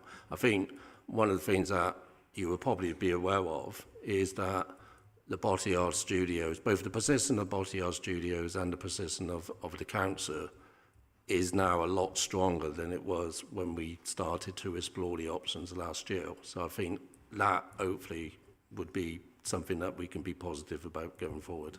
I mean, we could go on to a very extended digression of this, so I will just leave it at let's not throw good money after bad when it comes to that. But I'm sure we can have that discussion in the future. I do have some other questions, but maybe someone else should have a turn. Tom R. Comment rather than a question. I make it most meetings. Thank you for the work the team are doing. It is an important area for us to look at, the state of our estate, and make sure we are thinking about what that longer term plan is. Again, the comment, I'll have got a question actually after the comment. The comment I would just make is we do need to be mindful, because I think there's a lot of stuff being sold off, and there is a revenue impact to some of those things that are being sold off. We've heard earlier today that we've now got a £108 million underspend on the general fund. I appreciate I think about 40%, just give or take, of that is HRA, and the rest in general fund. A lot of that perhaps sits in separate pots of money rather than money we're borrowing, for example. But we do need to be mindful that we might be selling off assets that could make the revenue challenge worse, particularly if some of those assets are, say, full and repair and leases, and actually it doesn't cost us much to kind of maintain and look after those assets. Giving up the revenue from that is something that we are concerned about, because that's a decision that we're taking, that national government is not forcing us to take. So that was the first thing. Secondly, I just wanted to come back to the catering contract, because it'd be fair to say there've been some teething issues with it. We've had the tap water fiasco, where the council's now paying a private company for its own tap water to be provided at committee meetings, unless that's actually been sorted, because I've not heard anything since. But secondly, then the space, the venue hire spacing and the costs of proposed venue hire, that's also been highlighted. Obviously, it came through this team. So I'm just wondering what we're doing to address some of those teething issues we're having, are we going to make sure there aren't going to be further issues like the ones we've already seen? Are we going to still be charged for our tap water for the means? Chair, shall I come back? If I may, I'll just make a link, Councillor, to the first statement that you made with the paper that came to the last committee, because obviously that the mechanism and the model that was applied there was all about looking at revenue and the impact of revenue in our disposals approach. So I think it's a very good point, and that is why we worked with the various consultants to bring forward that model, which really assesses, works very much with Andy and the team, doesn't it, Andy, to look at what revenue is lost and what the impact of that is overall in the holding costs of the particular project. In terms of the corporate catering contract, it is early days. I think we have been working to find practical solutions to those issues, and we'll continue to do so. But overall, I think it's going reasonably well, doesn't it, colleagues? Do you want to say? No. Okay. Okay, and just a quick response is these are very useful things, water bottles. So we are not providing tap water or charging for it at the committee meetings. I think that was possibly a communication error. But I would recommend that committee members do bring their water bottles with them. And if you don't have one, we have some free of charge from Bristol Waste upstairs. I don't think it was a communication error, because it was what we were told very explicitly. One follow-up question to that is just about the office space that they've got along the corridor. I've flagged the question a couple of times, but still not had an answer about whether they are paying for that the space they're using along the kind of political corridor. Just wanted to check if they are. I appreciate you may not be able to disclose the figure here. They're not paying any rent for that space as part of in terms of delivering the function here. They need a space on site. It's the same approach that we've had historically at the cultural venues as well. So we've adopted they're the getting same it for free here. It's part of the commercial arrangement, so obviously you get certain money back for certain things linked to royalties, so it's part of the commercial arrangement. I wouldn't say it's free, I'd say it's part of the wider picture of us getting income back from them for the work that they deliver. Okay, but they're not being charged for... They're not being charged rent for that space, no. Okay, thank you. Any more questions or comments? Councillor King. Hi, thank you. Mine's also on corporate catering. I want to say thank you for the additional briefings I was given on sort of the content of the catering contracts in terms of what they were trying to achieve with regards to health and sustainability.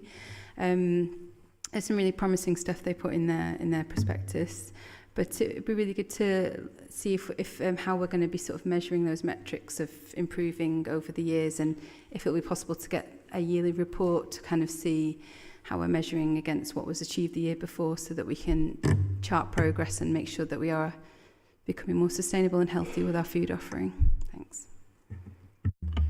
Yeah, as part of the tender promise, there were certain commitments made, so we'll be reviewing them as part of their contract reporting. So there's monthly meetings, but also an annual contract report. So I'm happy to arrange any briefings about their performance as and when appropriate. Thank you, I'd appreciate that. I don't know how many others would, but I'd love to have that. Thanks. Patrick. Thank you. I'm going to sort of continue on the sort of catering and venue booking specifically, please. It's good to hear we're sort of ironing out some of the initial teething issues. I think every big contract is going to have some.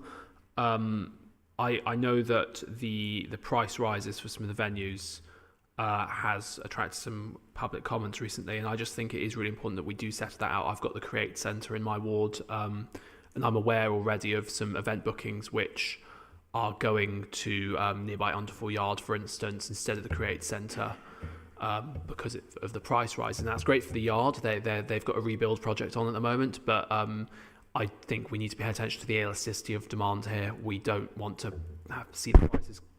We don't want to see the prices go so high that it cuts demand to zero and we end up with no money at all.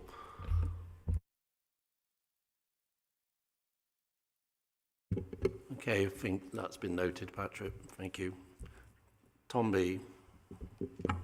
So I apologise because this one will probably end up with me doing more of a quote again. We've got a news disposal strategy and financial model has been developed by the Corporate Landlord Service.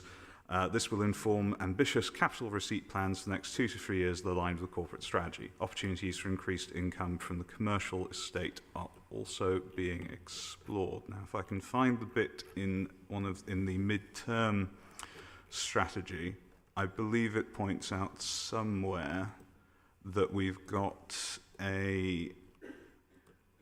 that we are looking to develop, let me find the thing, but it was in relation to trying to find things that aligned with our strategic priorities rather than just looking at income yield. So I was struggling a little bit with the discrepancy between those two statements. I appreciate that some things are more important than money, but the counterpoint to that is that most things aren't. We do have a duty towards trying to maximise our revenue yield out of this transformation programme. There are some concerns around that. Can we confirm what we're doing to ensure that we are getting increased income from the commercial estate?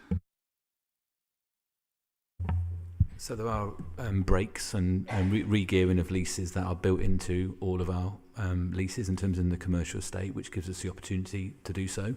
In the context of a focus of a yield assessment, as well as obviously the needs of the council, we are, as part of corporate landlord, reinstigating the asset management plans and the SLAs of each service, so understanding exactly what the service needs and where they want to deliver the services to ensure we've got that balance of operational delivery, but in the right wards, in the right areas. So that's something that we are working with, so we can work with each department rather than property making decisions. So we've refreshed the asset management plans for all of our divisions, and that will give us an indication of what services want to be operated and from where.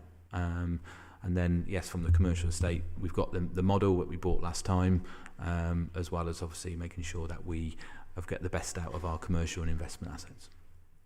I mean, that is reassuring because, I mean, I am quite worried that a lot of this will end up being used to plug revenue pressures, and then we'll just be ending up in a worse position than before. I can see you shaking your head there, that is a concern.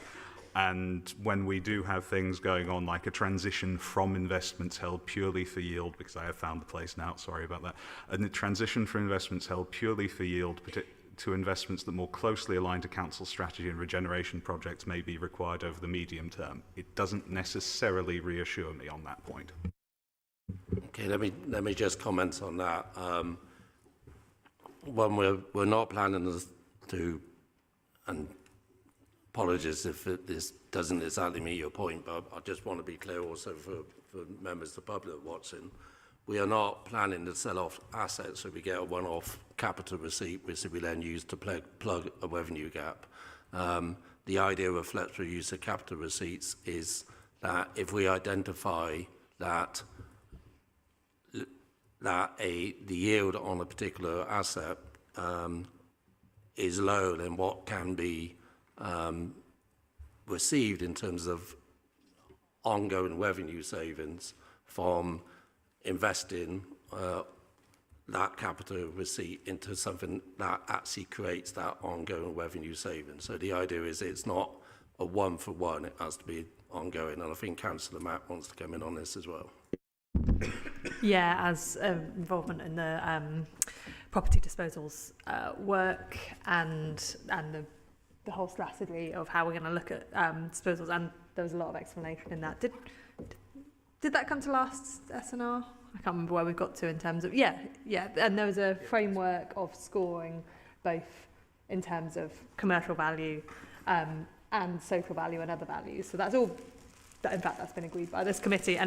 But I think a minute ago we were just on the bottle yard, and we were getting a lot of challenge on the bottle yard because of the potential social value and the importance to the city, and therefore, you know, we should be careful, and regardless of the financial cost that might be. And now we're being told, well, actually, we should only concentrate on the financial and not the social value. So I feel like whichever way you read a line, we get. So I think we're finding a balance between those two factors.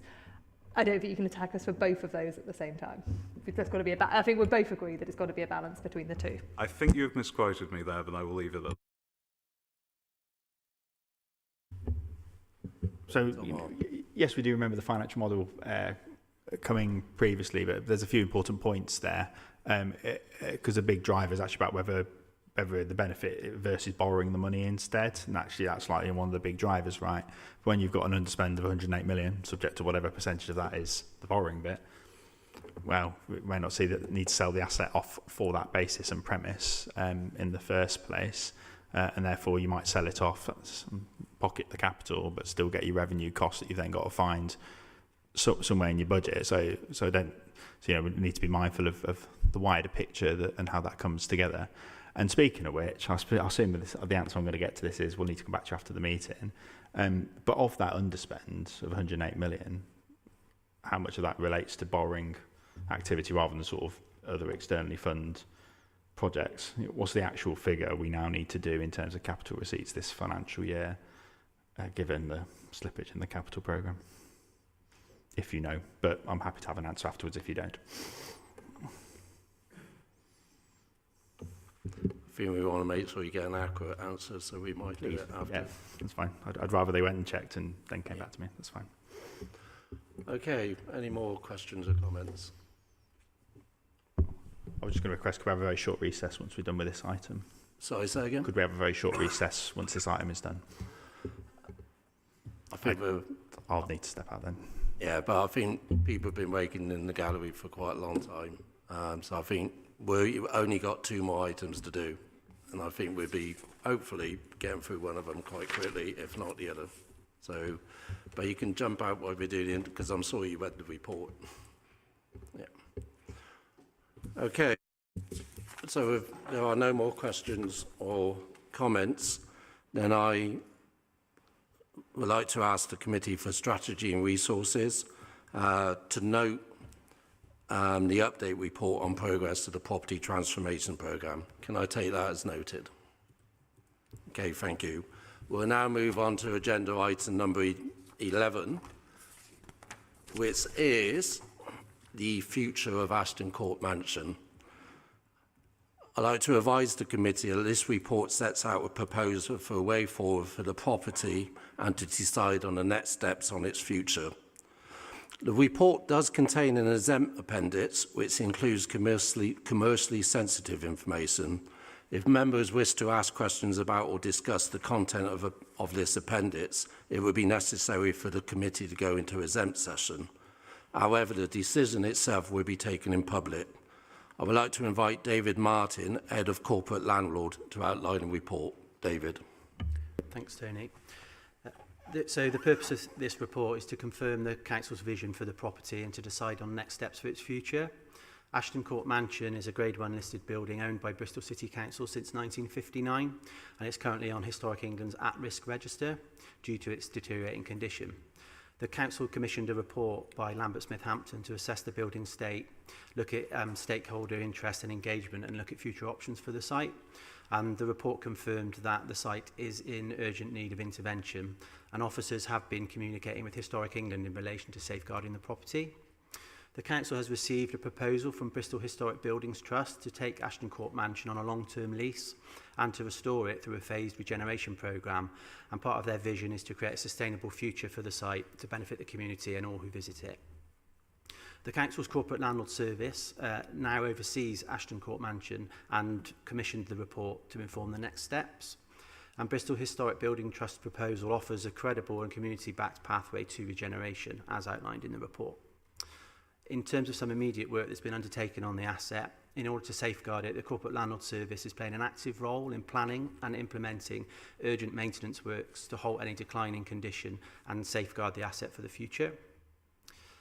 And the option that we're presenting in terms of way forward is to enter into a memorandum of understanding with Bristol Historic Buildings Trust for an exclusivity period. And Bristol Historic Building Trust would work collaboratively with the corporate landlord to develop a detailed business case, including looking at the proposition, funding, financials and benefits to the council and citizens of Bristol. We'll also look at risk and public interest protections and engagement. The business case would then return to committee for final decision in 4 to 6 months.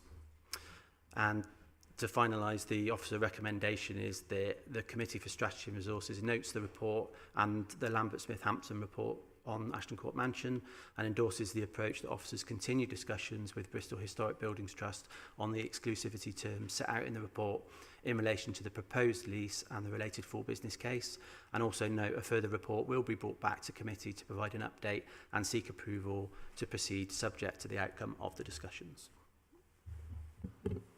Okay, thank you. I noticed we do have representatives from Bristol Historic Buildings Trust here. I think before I go to the rest of the committee, I think I'd like to thank you for the effort you put into this. I think everybody in this building recognises the importance of Ashton Court Mansion and the importance of ensuring that, given the council's financial situation, that we do look at taking up any opportunity that may become available as to ensure the sustainable future of the structure. I have a long personal interest in Ashton Court Mansion as being a boy from Arcliffe who often went there. It was also where my best friend got married, and I basically was the best man for that. I think that may have started some of the problems with Ashton Court Mansion because of the impact of the amount of drinking that may have taken place, obviously not by myself. I think what I'll also note is the public statements by FAM and by Heartspace, Lifespace and others, which I think reinforce that there is a lot of love and affection for this building. It's a massively important part of our heritage, and we as a council need to recognise that what our limitations may be, in my view, and where we may have to have that little bit of humility about providing an opportunity exclusively to look at coming forward with a solution. Can I ask if there are any comments or questions? I'll start with John. Thanks, Chair, and can I endorse your comments as well? I mean, Ashton Court is something that we're all very, very fond of. It's part of our heritage. It's part of our lives.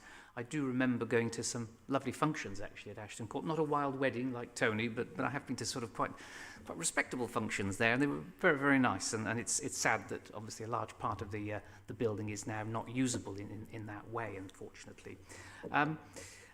There's an old saying, don't look a gift horse in the mouth, and this is a fantastic opportunity for Bristol, I think, and thank you very much for coming forward with it. I mean, it's rare that you get a situation where there's a not-for-profit organisation willing to put a lot of time and effort with huge expertise and experience, very august sort of group of people up there. So thank you very much for being willing to put the time and effort into it. And if you think of what the alternatives are, I mean, what are the alternatives? They're set out in the report, and they're pretty dismal, I have to say, the alternatives. One is to do nothing, to let this beautiful building rot and eventually collapse. That would be a tragedy. Absolute vandalism, that would be. The second is to try and find a commercial operator. But I think that could be quite difficult given the nature of the building, and I suspect any operator is going to have their eye on the land, not the building. And so I think the solution that we'd get wouldn't be very satisfactory for Bristol. So I think there is only one show in town, and you are it. I'm very glad you've shown up, because without it, we would be in trouble. So I'm very excited by this proposition, really excited. I think it's fantastic. It's a great offer, and I'd like to grab it with both hands. Thank you, Chair. Thank you, John. I've got Patrick, then Ellie, then Tom B, and then Sarah. Thank you. Well, I'll echo what Tony and John have just said, and thank you so much for bringing this proposal. It's been really exciting to read through, and I will actually disagree slightly with something John said there, though. The council's we've got three options arrayed here. Option A is to have an exclusivity of BHBT. Option 2 is for the council to define its own vision, and option C is for us to do nothing. But I feel like we have been defining our own vision for the last, however many decades, and the vision is sadly to do rather little with it. Need some glasses. Vision. Sorry. Can you repeat it? Why? Excuse me. I think we through no lack of goodwill, but mainly lack of funds and project expertise, that this beautiful building has been left to deteriorate. And I completely agree that we shouldn't look a gift horse now. Let's do our due diligence as a council. Let's make sure that BHBT have got the solid plans and the fundraising schemes that they will need to pull off a project of this scale, but they've got an excellent track record, and I think the sensible thing to do would be to enter into this MOU with them for this exclusivity period, because this is a really exciting opportunity, and you don't get an opportunity like this very often, once in 65 years maybe. Okay, thank you. Ellie. Thank you, and thanks for everyone in the public gallery that's turned up today. I agree. It's a really important, brilliant building on a brilliant site, and it's incredibly important that we don't let it go to waste. That 75% of it's not being used is really, really wasteful, and it's letting the building down. It's also letting the public down. So, changing that story around would be amazing to do. It should be a crowning jewel in our city's cultural offer. I am particularly excited to see some of the work around food that is proposed to happen, particularly thinking that there is a huge walled garden there that has gone to disrepair, and the plans there to have food growing happening. That Josh Edgerton's involved is a real plus. His work on fundraising to support food insecurity projects around the city, food clubs and skills, and developing career pathways for people into food jobs is really inspiring. It's great to have someone like that on board so that food can be used as a tool to educate and create jobs up there as well. So there's loads of potential. I guess I'm quite interested, if for the benefit of people watching online as well, that we can understand the need to have this specifically for one organisation, why we're not doing a more open process. I'd also like to understand why 125 years is the lease that's being requested. It's quite high for a lot of our buildings. And understand as well how much the building costs us now to maintain. Is it operating at deficit? Just to kind of understand the existing situation up there. Thanks. John, do you want to come back on that? Yes, I wanted to deal with a couple of things, but I'll pick up the bits of your questions, Councillor, that I can. So why only one party, and why not go out more generally? That's something that we have discussed internally. And as is set out in the report, we did ask our consultant, Lambert Smith Hampton, to talk to everyone who was interested in working on the building, and to ask everyone who was interested to come forward with a proposal, and BHB were the only ones that did.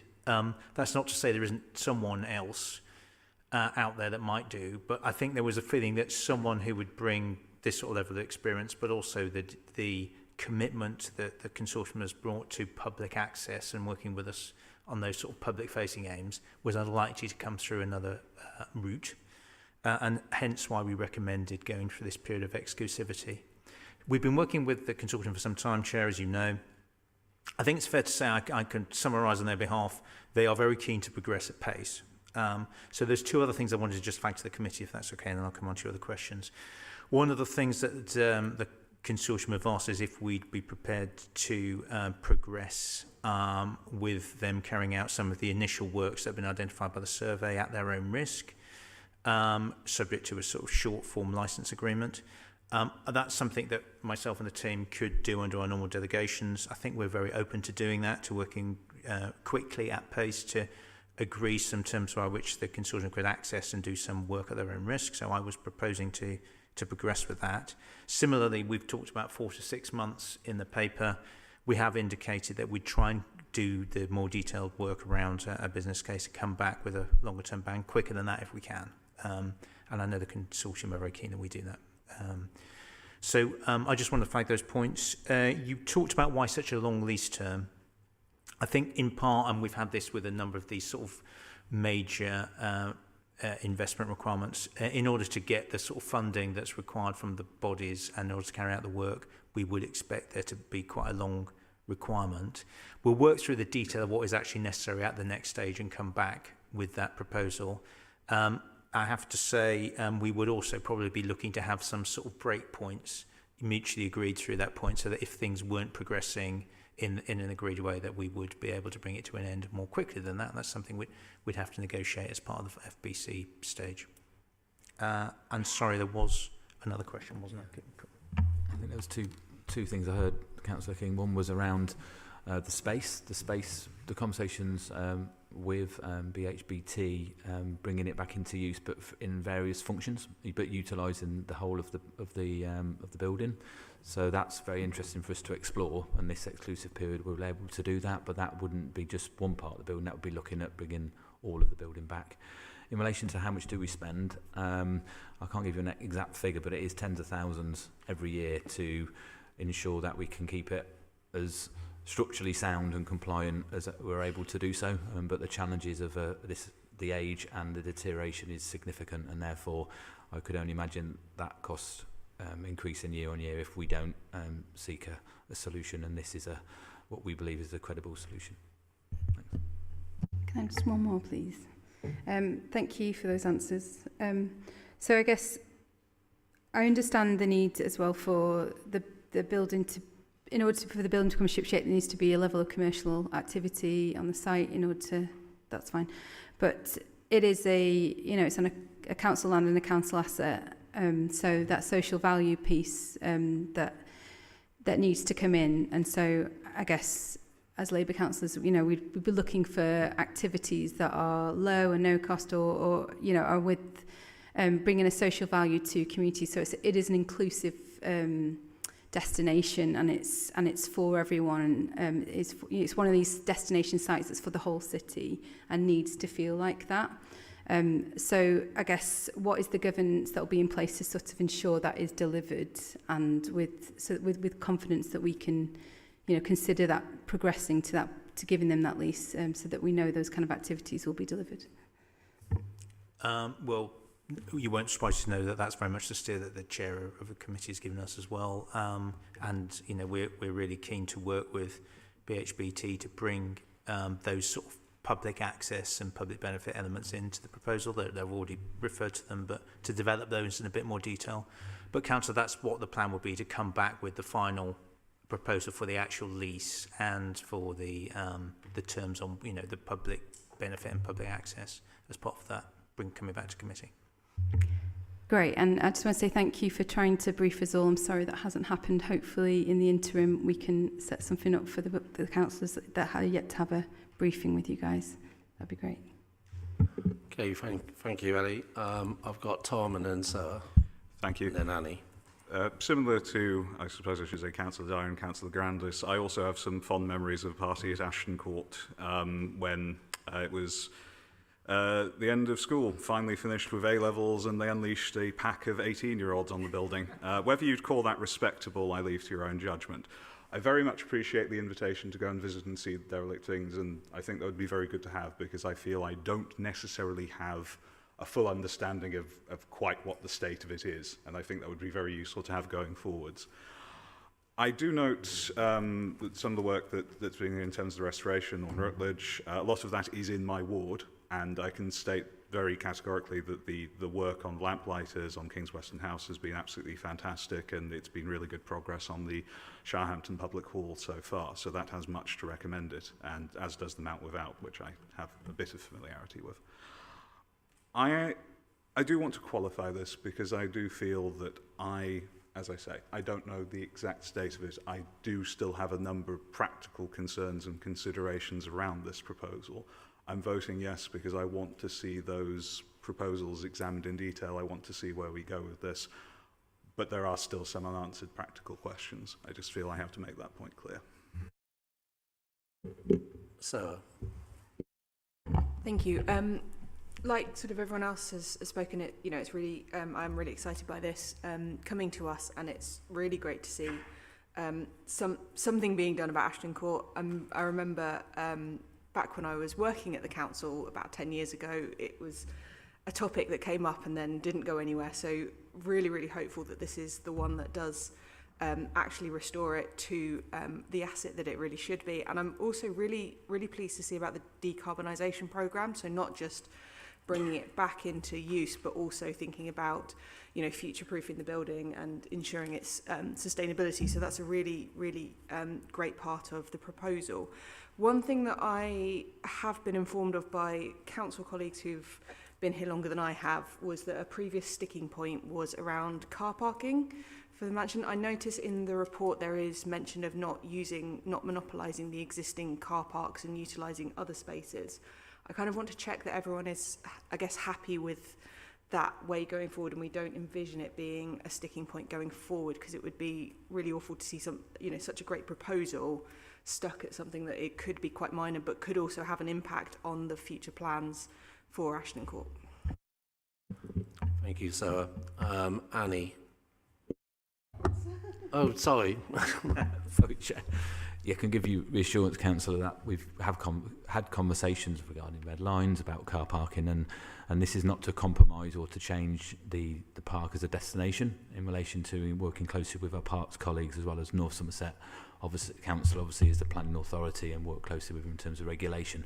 So we have been exploring options in that space in relation to access and car parking, and that will all be part of the of this next phase of work. But to reassure you, there is, you know, in terms of moving forward in that period and beyond, no, it's not. We won't be compromising in terms of how that park is used and by public and by car parking. Thanks. Okay, thank you. And now, Annie. Thank you. I'm going to jump in, obviously, on the Love Fest for Ashton Court Mansion, because I spent a lot of my childhood there as well. I don't think I've been drunk there, but I don't know. Probably. Never say anything about me being drunk. I mean, it'll be one of the few places I've not been drunk in. But as a matter of public record, there we go. Anyway, what I wanted to say was that it was donated to the city of Bristol for the benefit of Bristol when we first got it. Don't shake your head at me and make me corpse as well. But I remember when you first became leader, Tony, like, what we did to save Ashton Court Mansion was one of the first conversations we had. That's how important it is. So having community usage and social value being really core to what we do with it over, obviously, income generation is also really important, but not having corporate use purely as its focus is definitely critical for what we do going forwards. I love what's in the proposal around training for skills, practical manual skills. There's a whole range of things that will come under that bracket, which will be great for such a creative city like Bristol as well. We do obviously want to learn from the Beacons refurb and be really hot on the numbers, hot on the milestones. Obviously going to be full of hidden horrors, but from what you're saying and from what I've seen, the horrors might not be so hidden, actually, very much on display. But I also want to say that the team of people getting involved in this are great, especially Norman's team. Mount Without is in my ward. I've followed that refurb very closely, and the work that they've done there is beautiful, as have the work that a lot of other people involved. So I kind of have a lot of trust that it's got a very good prognosis, and I'm really enthusiastic, and I'm definitely coming for a tour. I think perhaps we should all go for, when it comes back, we should all go on a tour in advance of that, but I'd like a tour sooner rather than later, and maybe lots and lots of tours as the work progresses, definitely. I love tours of old buildings. Thank you. Patrick. Thank you. I've just heard a couple of colleagues now mention slightly concernedly that the council needs to get its commercial return, needs to make its money on, and so on. And obviously that's very important, but I think it is important to explicitly note that this would save the council money. We would no longer be liable for, I'm presuming, thousands of pounds a year in holding costs, what maintenance is being done, security, staffing, all of that stuff. We would be saving money on that. It is a cost positive solution for us under this proposal, so I think it is something. It's a benefit to us on that as well. It's not as though we're continuing the financial status quo while the Historic Trust just goes on and does its thing. It's very much on both sides of that equation. I've also, I was asked by my colleague Ed Fraser, who chaired the Parks Task and Finish group recently, to read out his view on this, just for the record. He said that the restoring the mansion would be a game changer commercially, and years of austerity has allowed the building to decline further, so it would be a big boost for tourism, the weddings and event sector, and support the wider estate, and it would be a symbol of how we are finding ways to restore pride in our city. He also did say that the room downstairs with lots of old doors piled up looked like something out of Monsters Inc. So I don't know if that's relevant to the records as well. But thank you. Okay, perhaps we can encourage Councillor Fraser to submit statements next time. Councillor Mack. Yeah, I just felt left out because everyone else had said something and in support. So I was first of all going to say I've never been to a party at the mansion, definitely never got drunk there, sadly. Maybe that'll happen at some point. But yeah, thank you. It's really good to see this proposal. I think we're proposing taking it forward in a sensible way, which is giving you some commitment, but still looking for exactly what's going to happen. So thank you very much for working with us.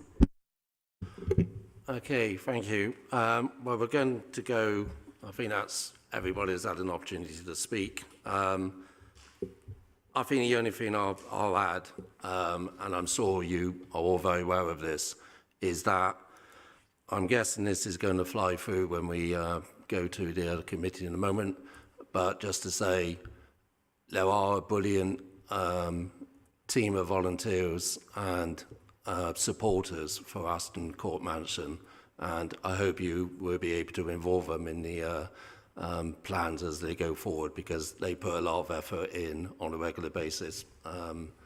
And I look forward to coming and seeing the progress, because I don't live that far away and I often go up for walks in Ashton Court, even now, and walk past the mansion. So with that, can I ask that the Committee for Strategy and Resources, one, no report and a Lambert Smith Ampton report on Ashton Court Mansion. 2, endorses the approach that officers continue discussions with Bristol Historic Buildings Trust on the exclusivity terms set out in the report in relation to the proposed lease and the related business case. And 3, that we note that a further report will be brought back to this committee to provide an update and seek approval to proceed subject to the outcome of the discussions. Can I ask for that to be noted?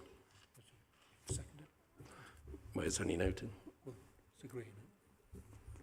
Okay, well, but we didn't do that on the...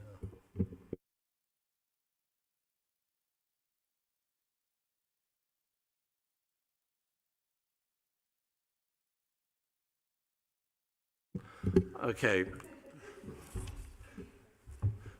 So can I ask that the Committee for Strategy and Resources note item 1 and item 3? Can I ask that the Committee for Strategy and Resources endorses the approach that officers continue discussions with Bristol Historic Buildings Trust on the exclusivity terms set out in the report in relation to the proposed lease and the related business case? Can I ask for a seconder for that proposal? Very happily seconded. Thank you. And can I ask for all those in favour to show their hands? That's passed unanimously. Thank you very much. Thank you to all those who have stayed in the public gallery, and we'll be talking very quickly, I imagine. Thank you all very much, and good luck.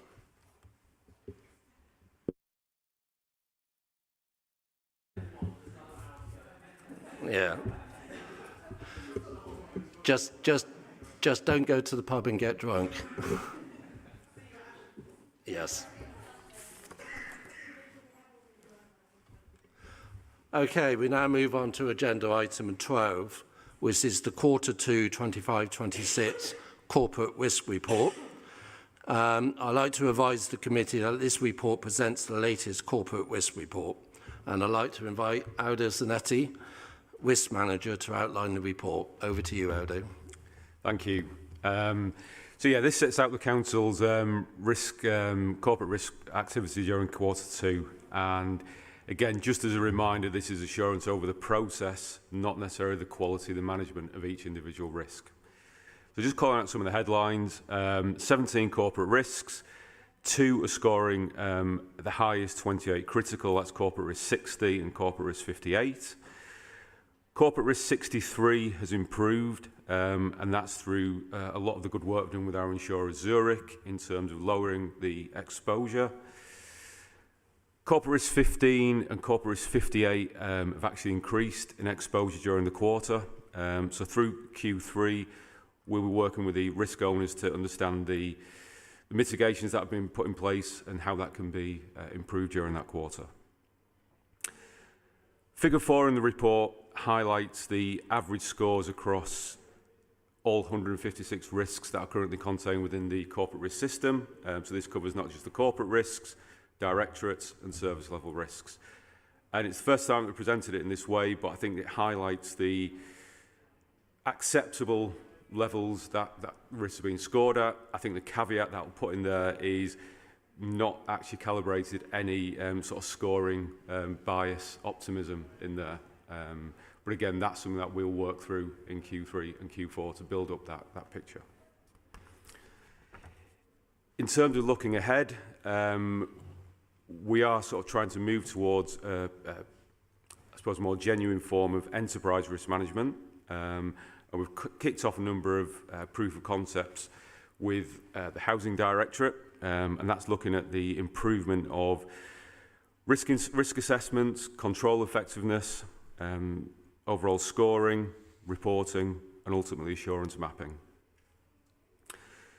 During Q2, we also responded to the limited assurance internal audit report, and it proved very, very helpful in shaping our risk improvement plan, which is now underway, and again, just sort of touched upon some of the elements there, which, again, at Q3 will provide further updates, and certainly in Q4 as well. Thank you, Aldo. Councillor Beckinsale. So, having seen this quite recently in audit as well, I think it's good that the risk improvement plan is great. It's doing some really good work here. Thank you for that, for the average risk score in terms of the graph. That is helpful in terms of thinking about some of our risks. Since we are quoting members on other committees, and I'm reasonably certain this point was originally made by Tim Rippington, we do have a number of risks that are basically stable and high, and that is not a position we want the council to be in. I know that there will be continued work with the audit committee on this, but I think it is important, strategy and resource, that we also reflect on how many of those 21s have now been there. It's a full slate of orange, which is not great. You can also see the in-year financial deficit is becoming more of a risk again, and we have been talking about some of the things we're doing to mitigate that. But it's, again, something we need to be very conscious of in terms of our decision making. So that's all from me. Okay, thank you. Anybody else? Any comments? Okay, thank you, Aldo. I think my comment is along the lines of, I know a lot of work has gone into this, and in terms of the structure, I take Tom's point about items that are at a similar level. I think that's something we discussed previously as well, about how we make sure we're reviewing those. I think there's also instances that in some cases, if we look, I mean, CRR 60, which is about the failure of HRA stock to meet landlord statutory obligations, I think we are well aware that that's something that is going to take some time because it was such a major problem to begin with. But I think we do need to track to make sure that we are, wherever possible, able to reduce the risks or understand why they're not moving in any particular way. But thank you, it's a very comprehensive report. And obviously, this variations on this will go to the individual policy committees as well, so they'll be able to dive down into the detail on their particular areas. So what I would like to ask is that the Strategy and Resources Committee note this report. It's the easiest one of the night. Thank you. Thank you, Aldo. And that brings us on to the last item, which is agenda item 13, Women's Football in Bristol. This report seeks approval to proceed with a bid to be host city for the 2035 FIFA Women's Football World Cup finals, and to note the associated costs of being selected as a host city. The report contains an exempt appendix which includes commercially sensitive information. If members wish to ask questions about or discuss the content of this appendix, it will be necessary for the committee to go into exempt session. The decision itself, however, will be taken in public. Just to also mention that due to the short timeline for the council being required to agree to bid, the head of paid service and proper officer agreed this item could be added to the committee's forward plan ahead of this meeting under APR 15. They also agreed that for the same reason, the escalation period would not apply to this decision if approved by the committee today. I would like to invite Jonathan Martin, Regulatory Services and City Events Manager, to outline the report. Jonathan.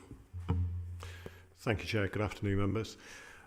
So as you've outlined, this report concerns Bristol's bid to be a host city for the purposes of the FIFA Women's 35 World Cup.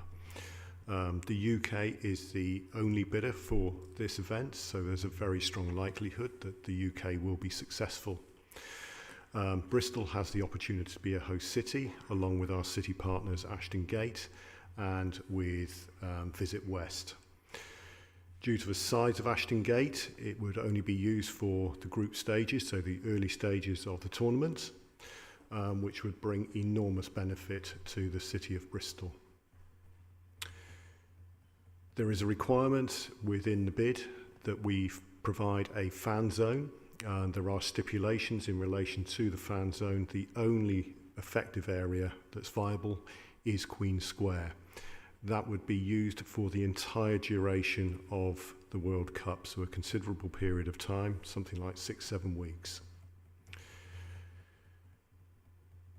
Due to the scale of the operation and obviously speaking with experience, having recently delivered the Women's Rugby World Cup, there is a requirement for Bristol to invest in a team to help delivery. It is a considerably scalable, bigger tournament than the Rugby World Cup.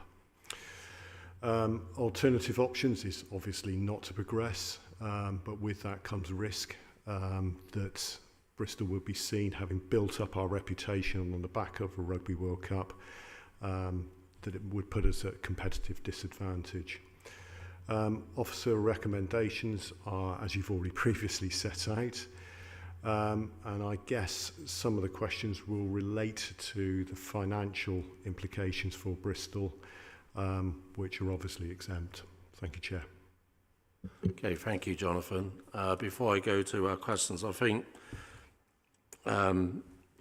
the Women's Rugby World Cup, I think those of us, obviously I live just around the corner from Aston Gate, and I have to say the atmosphere before the 4 games that were played, which was 2 quarterfinals and 2 semi-finals, were very positive. And I think Visit West estimated there was something like a £15 million economic impact for the city. Those of you who are cricket fans will know that next year we're also hosting the T20 Women's Cricket World Cup. So I guess this is doing the entire collection. If we bid for this and we go for the Women's Football World Cup, it is a long way away. It's 2035. I certainly won't be sat here when we come to 2035. I can reassure you of that. Others maybe. And I think it is an opportunity, and I think it will reinforce Bristol's position as being amongst the forefront of women's sport in this country. It has been described to me that because of the number of teams involved, which I think is 48 teams, is it, or 40? It's a bigger tournament than any tournament that's ever been held in this country before, even larger than the Olympics. And that's based on today's numbers.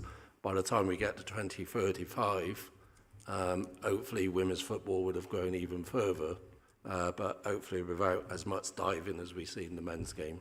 So, Tom, you had your hand up first, so I'll go to you. I will associate your remarks about diving because I would agree on that one. So, good guess on the finances, inevitably going to come up. And thank you, Tony, for mentioning that point on largely Olympics, because I have some concerns when you say that. I know that Emily in her statement put it that the economic benefits will far outweigh any costs of hosting it. I appreciate that we don't want to move into exempt unless we absolutely have to rather. So can you say comprehensively that the economic benefits will far outweigh any cost of hosting it? And can we say that okay, it's years away, but we are not ready at the moment. It will need time and effort to get us there. Do we feel that we can live up to those particular commitments? Because that sounds to me like a big financial ask, and the results of Olympics on host cities have, as far as I'm aware, not always been positive. I'll go to John. Thank you. Thank you, Councillor. I understand the point completely. It is a difficult one because we are quite constrained about what we can say, as you know, and we're in a competitive environment, and there are quite strict provisions about how we have to handle it. But I think it's perfectly right to ask questions. Certainly, dealing with your second question first, if I may do, I would just like to praise John and his team, who worked very well, I have to say, in partnership, as he said, with Visit West and Ashton Gate. It was very much a team effort, John, wasn't it? But I think, whilst on a much smaller scale, that what was achieved there was really positive and really significant. The costs of this would be more, as you're aware from the paper, but I think based on we would expect the benefits to be commensurately more, and certainly based on the figures that were quoted around the Rugby World Cup, as you'll have seen as well, even at that level, it would have a beneficial overall impact for the city. I think that's probably about all I can say. Okay, thank you. I think, sorry, Tom, I'm going to come back to you. I'm just going to add a comment. I think there is an element of here of we can make no absolute guarantees. As you know, we don't know what's going to happen between now and 2035. But what I'll also say, we are making investments there as well. We're going forward looking in terms of the local plan and Temper Quarter and so on, which will go up to 2040 and beyond. So there is that element of having to make a decision without being able to be 100% certain that the outcome will be revenue positive. So, yeah, I think I wouldn't want to put Jonathan or John in the position of saying that, yes, this will definitely generate X amount of profit for the city or economic impact. And I do take your point about there has been assessments done of both men's football World Cup and the Olympics, which have not come out positively. Montreal in 1976 is probably the one that people know most, was almost bankrupted the city. I think in this particular instance, though, we are looking at group games, and I think we're looking at an element of contribution that is, it's not focused on us holding the entire tournament. And I think that's sometimes for the Olympics in particular, it's everything is taking place pretty much in one city, in one location. So it places an additional burden, I would say. But back to you, Tom, you had some follow-up. I do take that point, and yes, I am thinking of some of the less successful economic Olympic bids. I know that we can't predict the future, and I'm certainly not asking John to produce by the numbers at this point in time. That would be completely unreasonable. But if I was going to make a forecast, I would suspect that demand, as been mentioned quite frequently throughout this meeting, will continue to increase, that there will be additional service pressures, that we will continue to face challenging economic circumstances no matter what the government does in terms of funding and how we proceed. Obviously, I think we all hope for more economic growth and a better financial position, but it may be unwise to plan on it, especially with an investment of this size.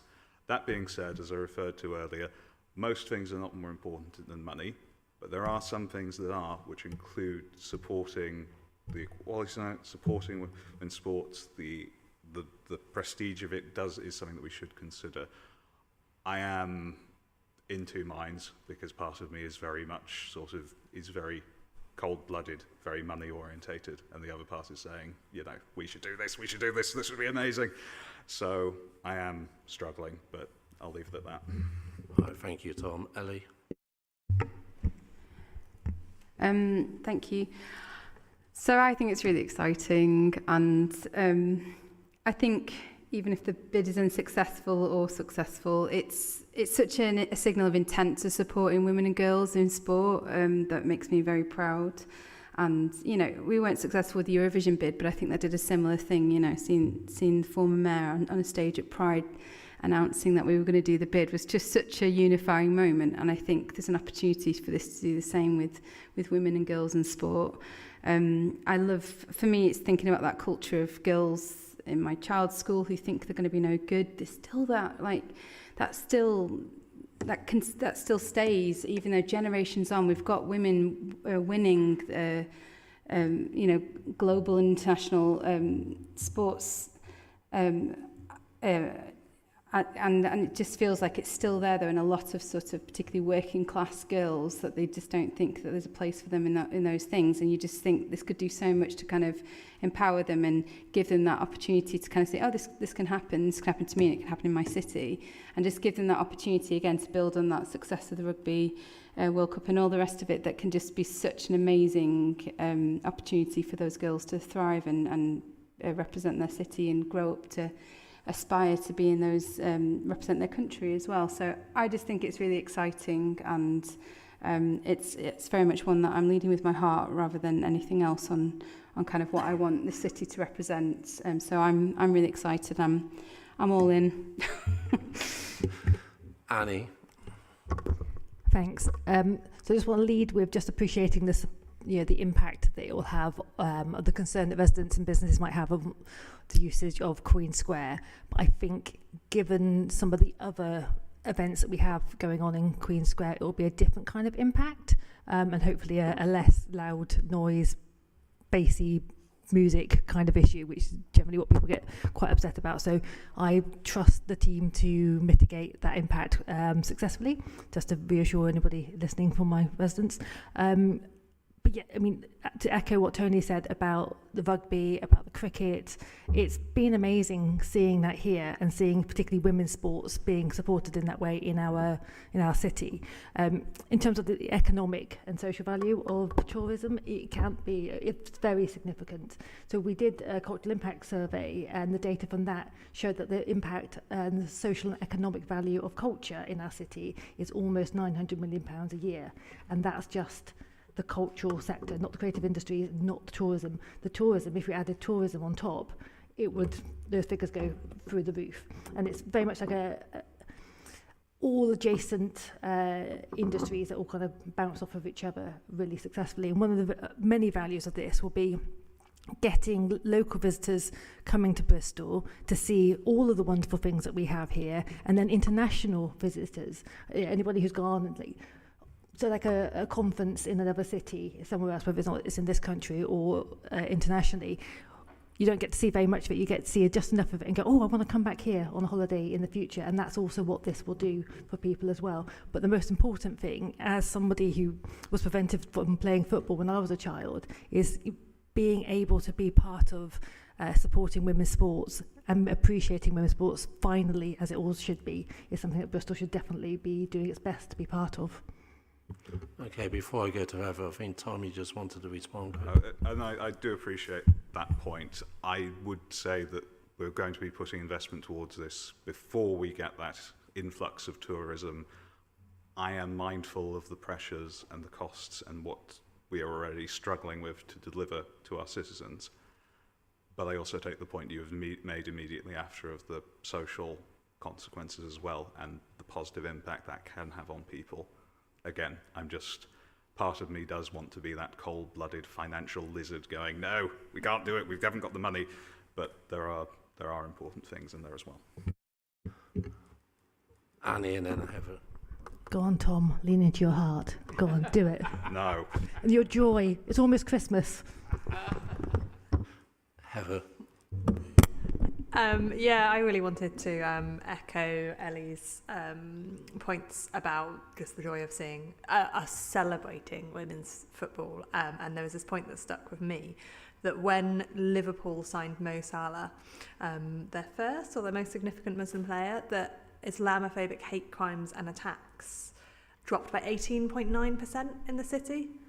And I think there's something similar to that of actually, I was lucky enough to go and see one of the women's rugby games and seeing women being really tough.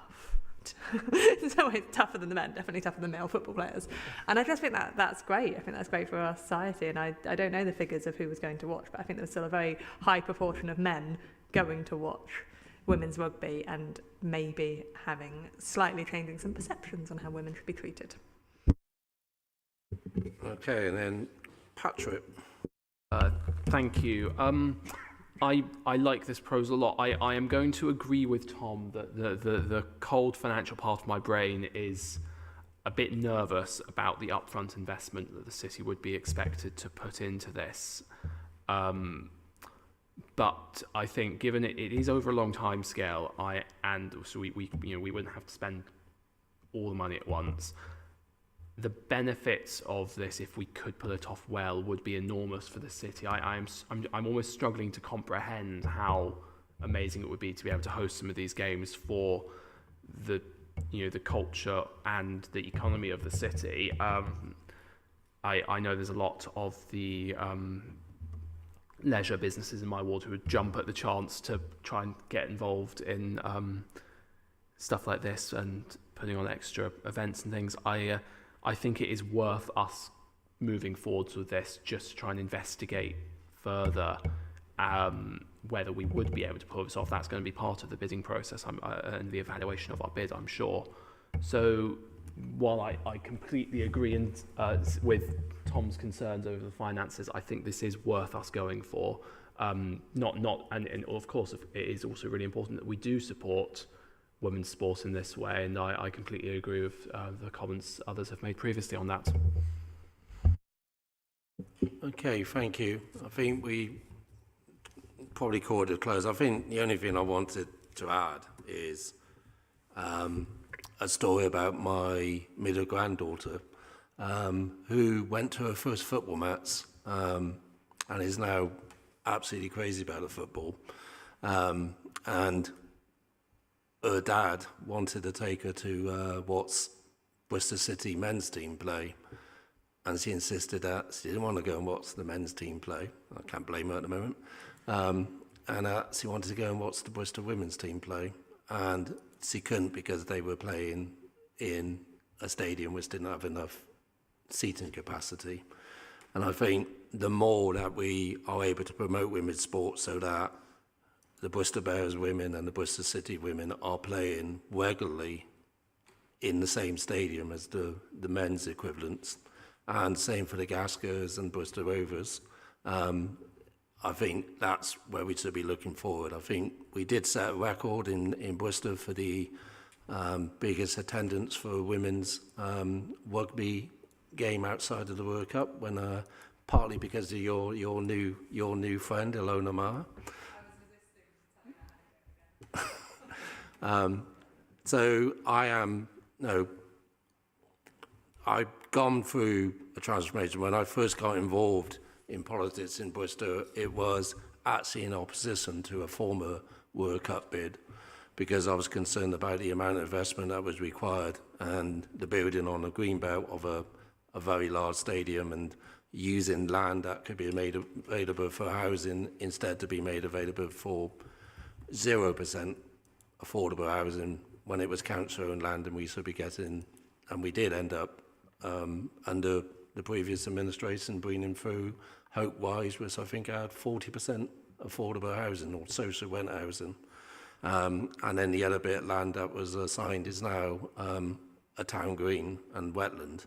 So I think I've gone through the complete turn of 180 degrees on here, because I think this to come forward in the existing stadium. The existing stadium is capable of meeting the standards for the World Cup. And I think, as Ellie so eloquently said, it's such a great opportunity to give women and girls the opportunity to be something that sometimes they're denied the opportunity to do. So I'm, as you can tell, very much in favour of this. So I'm going to go to the committee and ask that the Committee on Strategy and Resources 1. Approves the submission of the bid to be host city for the 2035 FIFA Women's World Cup final, and 2. Authorises the Chief Executive in consultation with the Chair of the Strategy and Resources Committee to take all steps required